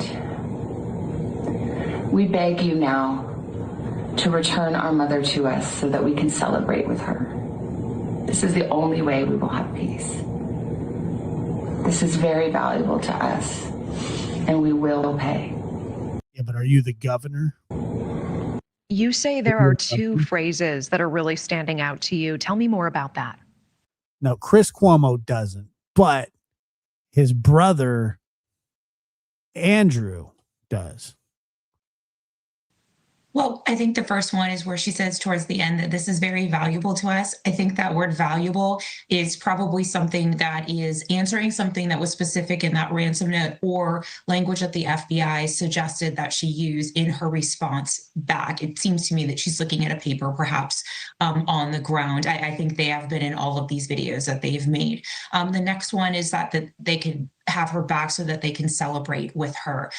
In my opinion, that's it's a very thoughtful choice of words. Instead of saying we just want our mother back because we love her, they're saying they want to celebrate with her. So what that means, obviously, I don't know, but those are two ways to say those phrases that, in my opinion, are not common. And so I believe that they are answering very specific things in that ransom letter. And you say their demeanor also feels different in this video compared to previous videos. Tell me more.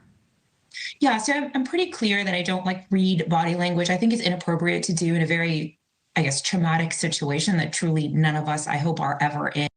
Well, in the movies, they get a bunch of unmarked small bills, put it in the duffel bag, and then drop it. Then the FBI is waiting around the corner. I don't know. I mean, I don't know.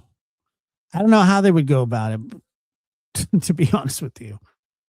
But I do feel that in this video, they seem almost a bit defeated.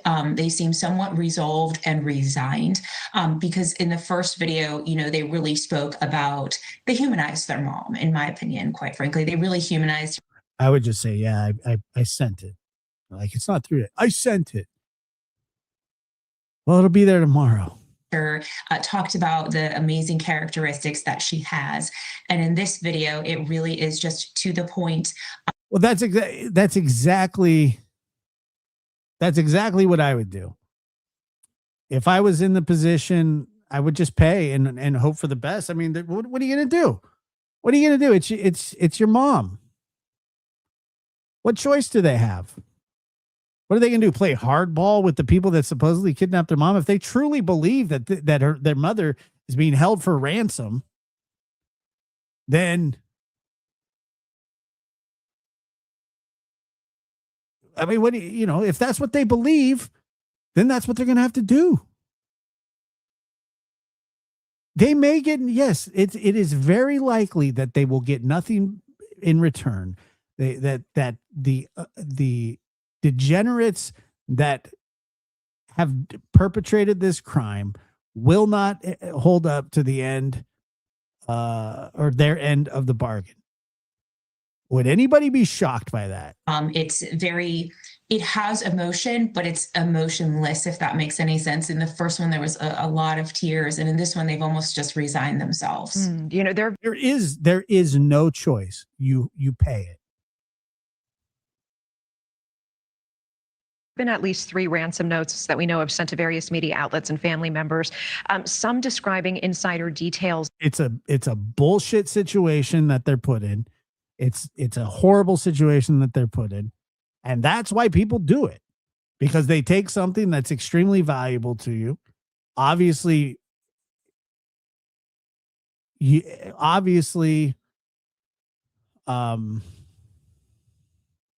care about their mother. They love their mother, and they want her back. About the crime scene that the public would not know. We know KOLD News receiving 2 communications from an anonymous online tip system. The one sent just before noon yesterday did not have demands, nor did it have. But it could also be them buying time. Have proof of life. And then hours later, the Guthries post this video. What do these notes tell us about the kidnappers and the likely situation and the condition Nancy could be in now? So in my opinion, I believe that these kidnappers. But I also don't think that, okay, so let's just say that the scenario is that that this is actually a kidnapping ransom situation. Let's just say that that's exactly what it is. Okay.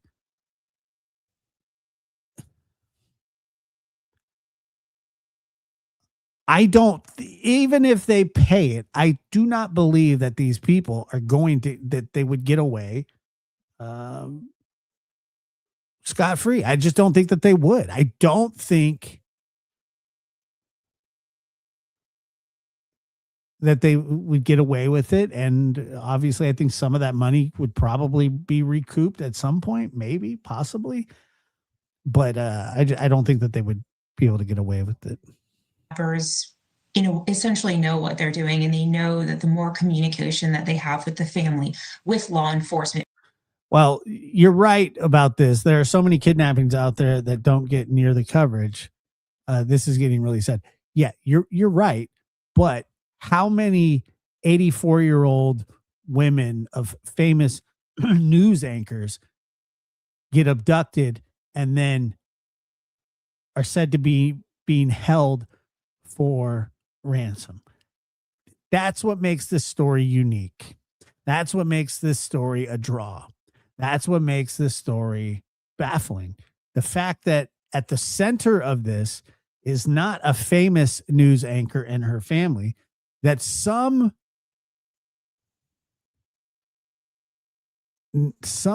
disgusting dude out there, or dudes or peoples, God dang it, why can't I get rid of that, have kidnapped or harmed an elderly woman that has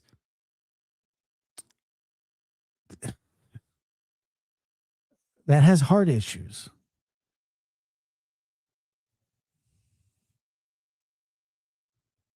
And there's blood. With news media, the more they open themselves up to, I guess, being caught. So they're really minimizing the amount of communication, because we've seen 2 videos, 2 of the 3 that have been posted by the family are all about trying to open up lines of communication. And this kidnappers is not wanting to do that at all, because I believe that they know the risks. What does your gut say about Nancy's condition tonight? I don't want to speculate on that. I'm trying to be very sensitive to the family. If I was someone in this position, I don't know how I would feel about someone speculating about my elderly parents. I'm really trying to be sensitive and not speculate on that. Thank you for watching. Subscribe. Good Lord. Hindsight is 2020. Oh, and for more, we are joined by Tracy Walder. What the hell was that?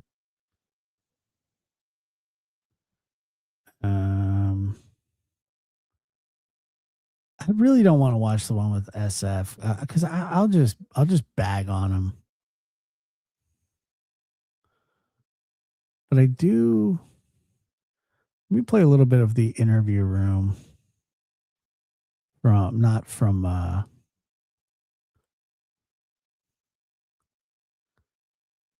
today, but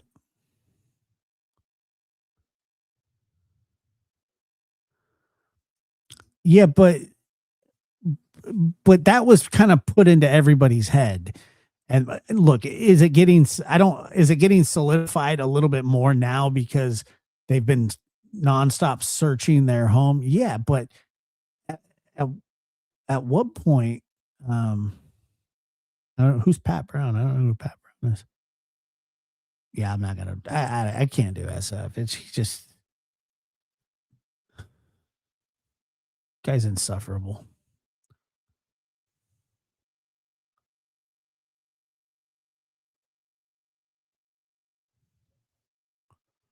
Chris Cuomo here. All right, we're going to Cuomo.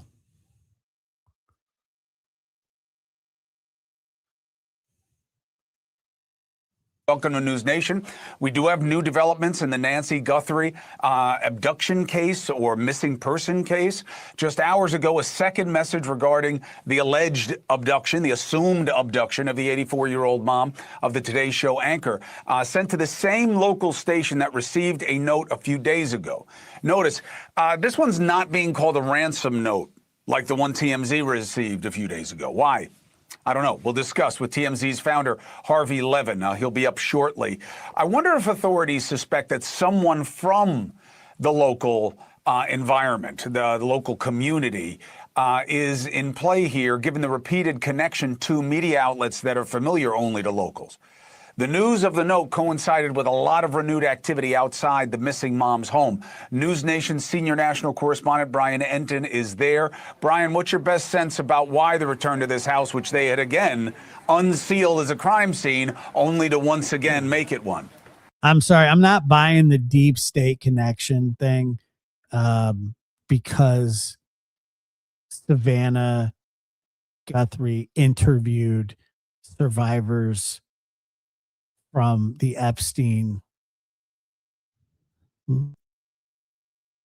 just the disgusting Epstein shit, because there would be many other people. Like, why wouldn't they kidnap like Michael Wolff's family or somebody like that? Yeah, the timing is interesting, Chris, because it was around the same time that the FBI announced that this new note existed. We were outside the house as we have been, and all of a sudden, Sheriff's Department showed up, said, everybody's got to go. You've got to move at least a block away. We're closing off the entire area. Luckily, we had our drone up so you can see a little bit of what's going on, but we're now a block away. I saw FBI teams going in, the tinted windows. I tried to look in and I could see the FBI logo on the shirt. There were evidence. I remember that. I remember when he did that. And then, yeah, so what? I'm just not, I mean, I'm not buying it. I mean, everything you're saying is a stretch to me. It's, I have no idea. Why would they give a shit if Savannah has interviewed a lot of, you know how many people have interviewed? Why wouldn't they go after the lawyers that are like Michael Polkpock or whatever his name is, who's representing all the Epstein? It's just weird. Trucks going in. I don't care if it's facts. And they've been going in the house. We could see on the no, you look it up, idiot. I got better things to do. Drone, but then also like, tie my shoes. So they were behind the house, and it almost looked like they had neighbors out there. Don't make me embarrass you. Seriously, just don't make me embarrass. With them pointing out things to them out in the backyard behind the house, Chris. Somebody may have used landmarks in the letter. God knows what you're smoking. Again, it's the same vexing question, though. Are these letters red herrings, or is this somebody who's actually involved? I mean, that's the thing we still don't know. Brian, I appreciate you. Same rules apply. You learn something, get in my ear, and I'll come right to you. I do want to bring in TMZ founder Harvey Levin. Earlier in the week, you'll remember TMZ received an alleged ransom note for the return of Nancy Guthrie. The note claimed to have Nancy asked for millions in Bitcoin, gave 2 deadlines. Unusual, not unheard of. One yesterday, another for Monday. Are there similarities to this new note? A journalist who looked at it said it was well constructed, which was language that Harvey had used in describing the note that they got. Harvey, thank you for joining us here. What is your sense gut on whether or not these notes are likely connected to someone who's actually involved as opposed to some sicko looking for attention? I am increasingly believing that these notes are tied to whoever may have taken Nancy. And I say that because in the first note, they mention an Apple Watch. Well, it wouldn't be hard to guess that she had an Apple Watch because there were photographs of her with Savannah. But it says where the Apple Watch was located. And it was not in a place that you would necessarily immediately think. And that seemed to pique the FBI's interest. The second thing is that it said that the floodlight in the backyard was destroyed. Now, Chris, there is a difference between observing a damaged floodlight and calling it a destroyed floodlight. That word destroyed, to me, and again, I'm taking a leap here, I realize that, but when you say it's destroyed, that may be something you did. If it's damaged and you just see it, you call it damaged. But if there's a light that's illuminating and you don't want to be seen. I think that it's probably connected to whoever's done this, but I do not think that they have her in the condition to return her for money the way that they want to. I'm trying to say that as delicately as possible because I hope that I'm completely wrong and I hope that she's okay. But I mean, the chances every single day that goes by, the chances, I mean, they're basically at the floor right now, you know. People go, well, remember Elizabeth Smart. Elizabeth Smart was the exception.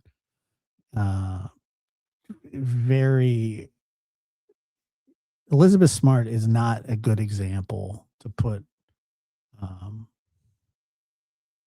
this up against, personally. I don't think. You kick it, you disable it. And she was a young lady, maybe you destroy it. So that kind of, I found that kind of interesting. And it sounds like these two notes are connected. I heard a KLD reporter talking about it, and the construction of the two letters are similar, she says.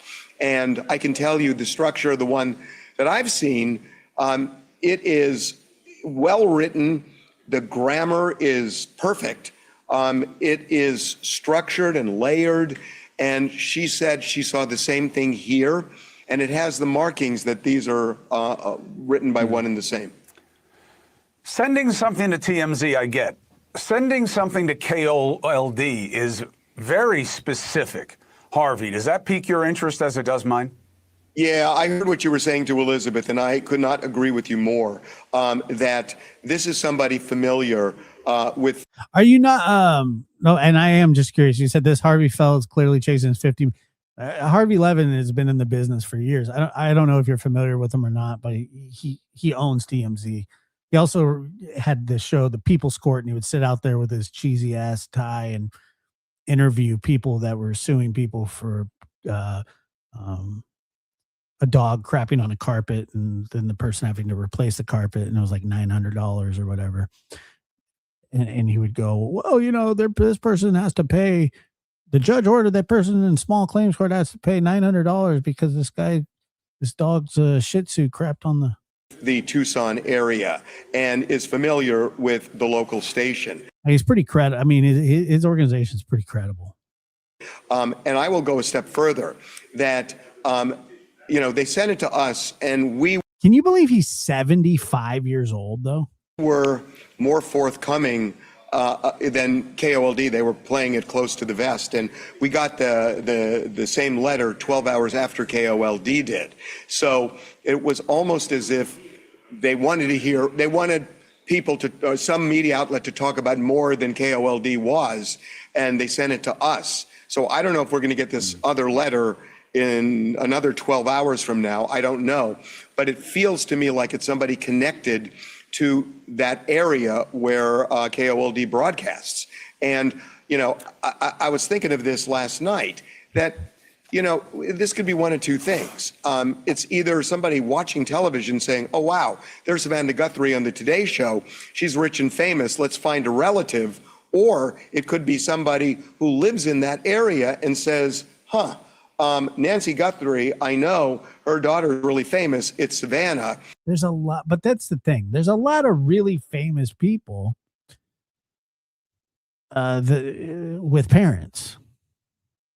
Now, I'm not saying that, you know, not many that are elderly that live alone. I'm sure, you know, you'd have to be very specific, but. And she lives in the same area, and then they hatch a terrible plan. So it feels to me it's the latter. And that the fact that they went back to KOLD, which has been covering this extensively, reinforces to me that this may be somebody still in that area. We've kind of figured out a radius, but it may be closer to Tucson than the outside radius that we found. Yeah, you were reckoning that because of the time factor that they used in terms of what they would need. And also,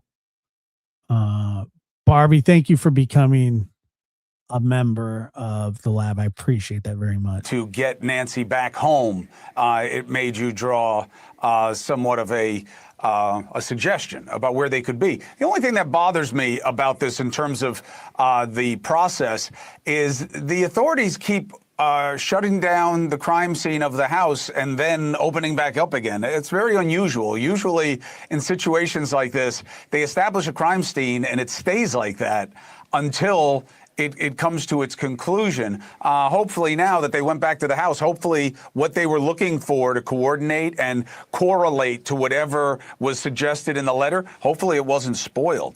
I love the style of the homes and stuff. I mean, the landscape is really awesome. I mean, it looks hot as hell and you probably sweat your bag off, but Harvey, this is an unusual one, don't you think? Yeah, I mean, give me your take on that and then go ahead. It's interesting what you just said. I remember way back when I was covering O.J. Simpson that Harvey claims that he saw O.J. Simpson leaving this crime scene. If you ever get a chance, just go and check that. It's not that I don't believe him. I mean, he lived in L.A., but I mean, it's quite the story. they had a crime scene. They took the tape down at a point a few days after. And then I remember getting a call saying they may have found the knife in the area. And all the tape went back up. And I remember going there and there was a lot of activity. So I don't know what it is they're looking for right now, but it's clearly something that they feel is really important. And it's something that they didn't connect to the person who wrote this letter. And I think that it's possible that these letters were written by the person who has or did something to Miss Nancy, and that it's nothing more than to try and throw law enforcement off their trail because, you know, they're just trying not to get caught because something bad happened. they are trying to connect that. So that doesn't shock me that they would reinstitute a crime scene if there's something that didn't seem important that suddenly seems very important. Yeah, you know, people were asking, why isn't there a lot more camera from all the surrounding community? Well, one, we don't know that there isn't. And two, this is a different kind of neighborhood than where the Koberger crime. People keep mentioning that one. Yeah, they always do. Eric said, if these are kidnappers, they are the dumbest kidnappers ever. If they're asking for ransom money, then yes. But anybody that's going to harm a 84-year-old woman. To be in Idaho. And one of the big differences is that the houses are more elevated there on top of the streets in that surrounding area where. We get it, Jason. We heard you. But it's just not true. So can you please shutty study it down. Koberger did his wickedness, and there were street side cameras. There was more of a trafficked area than this one is. This is not a place where you're going to see cameras on telephone poles and stuff like that. Ring cameras, home security. And there weren't a lot of street lights either. Right, so you got to play the ball where you find it. But look, hopefully this activity is suggestive of something real for investigators. Yeah, look, once again, let's just think about this from a logical standpoint. Does it, if the sole purpose was to kidnap and take her for ransom, is it going to take 40 minutes to do that? Are you really going to I think that something happened inside that house, that obviously there was some sort of struggle. They said that, I believe they said there was blood in the house. There's blood on the front porch, signs of forced entry. There was obviously a dispute of some kind. And you would just go in and snatch her, or snatch whoever you're, in and out. Boom, boom. Maybe you take care of the cameras. What's that take? 5 minutes? Here, grab that camera, smash it. Grab that camera, smash it. Any other cameras? No. It's quick. Because obviously nobody wants to see this go on any longer. They never said blood in the house? I thought they did say blood in the house. Then it has to, but it's a weird one. It's a weird one, and not just because it involves a TV personality. Harvey, thank you very much. Appreciate the access and the opportunity. You bet. All right, take care. So just before the show, President Trump actually weighed in on this case. Great. He was on Air Force One, and it was very, let me let you play it, and then you tell me what you think of it. Well, okay, but there's blood on the front porch, which is the house. Okay. Got it. And I think we're doing very well on that regard. You're probably surprised to hear that. We're doing very well. We got the best investigators. Cash Patel's getting his eye fixed. I think we're doing very well. Got a crooked eye. You can see both ways. He sees all kinds. Very well, meaning we have some clues, I think, that are very strong. And I think we could have some answers coming up fairly soon. Fairly soon, we have answers. I got to use the toilet on Air Force One. Nationwide search. Is this a search going to Mexico? Who took a dump on the plane? About a search, I'm talking about a solution. We have some things I think that will maybe come out reasonably soon from DOJ or FBI or whoever that could be suspect. Yeah, could be definitive. When do you expect us to hear? A lot's taken place in the last couple of hours. I don't get it. I don't get the salute. Let me bring in former FBI Special Agent Jennifer. What do you mean you don't get? What is this meant to be gotten? Coffindaffer. Look, I think the president, monkey video aside, which I'll deal with after the break, but the unreal. He knows to not be that insensitive about a situation like this. You don't want to sell above what you know in a situation like this. But the idea of a monkey video solution. I'll be dealing with the monkey video after this. What monkey video? There was no video. That's an interesting word, Jennifer, isn't it? It is a very interesting word. What does that mean? That didn't make much sense to me, but I'll tell you what, I wanted to talk to you, Chris, about the incongruency of these ransom notes. The whole reason for a ransom note is to get money. And it occurs to me that these notes aren't meant to get money. What they are meant to do is cause Savannah Guthrie and her loved ones, it's just torturing them with this. They're not doing anything to get money. So I'm just wondering what the real motive here is. The mother is not a nobody. I'm sure her source of pride is, of course, her children. But, she's a well-known Christian author, and she does a lot of speaking and stuff like that. So it's not impossible that this has to do with her life, not Savannah's. It's not impossible, but what I'm watching. I will not be playing the video. No videos will be played. Is the family suffering? I mean, Lord knows what Nancy is suffering and has suffered. But this whole family has been targeted with this process and these continued notes and messages that keep coming forward. And then to have the president say there's a solution at hand. Obviously, he's talked with them, and it seems to me that law enforcement knows a lot more in the last few hours than they've known previous. How unusual is this case? Oh, it's so unusual. I was talking about this with Gags earlier, that how in the world can The hell, Gags. you have a case like I was talking to Gags and Spitz. this that doesn't have the intent of receiving a ransom, but you're sending ransom notes? In other words, typically right after somebody is kidnapped, you would contact the family and you would want to be under the radar. You don't want media involved, and you certainly don't want to contact after law enforcement is involved. And look at where we're at. That is their modus operandi. That's what they're doing. What about reaching out to local TV stations? Yes, TMZ also after, but does that suggest to you that it's someone from the area who has that familiarity with the local TV station? It does, and there were 2 local stations contacted, and then this is the first time I heard from Harvey.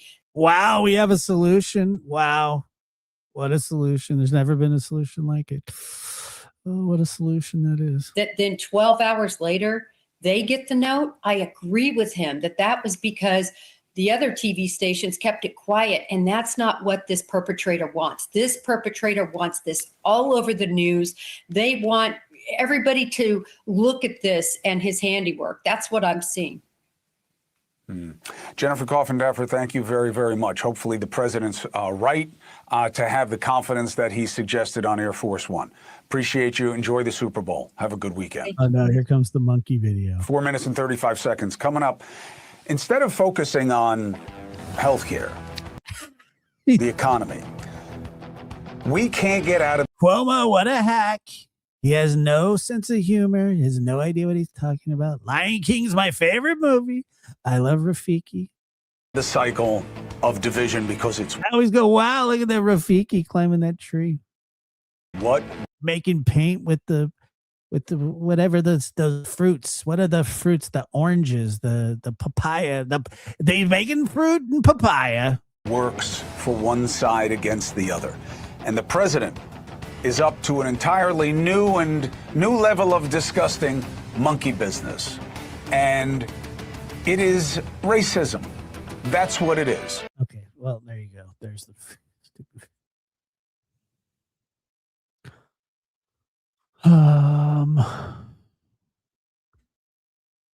Yeah, I think we've pretty much covered everything.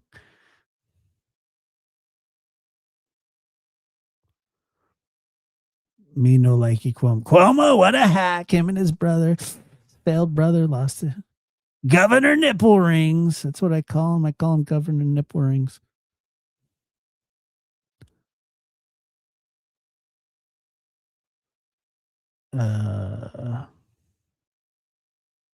Let me see. Okay, I got to get this off the screen. Can't see. I can't look at it anymore. What? We only have 318 likes. Oh, that just won't do. We need more likes. Anyway, it's been over 2 hours. I'm back tomorrow with Dr. Gary Picato and Chris McDonough, 7:00 here on the lab. Wow, it'll be a great show with great guests. We have great guests. So good. So good. So good. And it'll be a great show. Fabulous show. Can't wait. And I appreciate you guys being here. Thank you so much. Hit the like button if you will. I appreciate that. We need more likes. We need more likes. That's what I always tell them. I said to more likes. You know, I told Robert we need more likes. Robert, you know, just get rid of those vaccines. Hopefully, no. I don't think. I think he does both. I think he does everything. I think he works during the day and then You know, Holly, thank you. Mods, thank you. Jenny, thank you for being here. I appreciate you guys so much. Always enjoy. Yeah, I'm like I said, I'm just as fascinated by this case as anybody else. It's completely baffling, and so I hope there's a resolution soon. I'll see you tomorrow. Hit the notification bell, please. Hit the notification bell. Make sure to show up. It's going to be a great, great show. Thank you.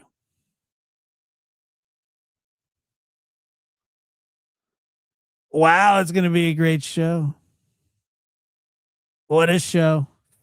I said it's going to be a great show. Wow.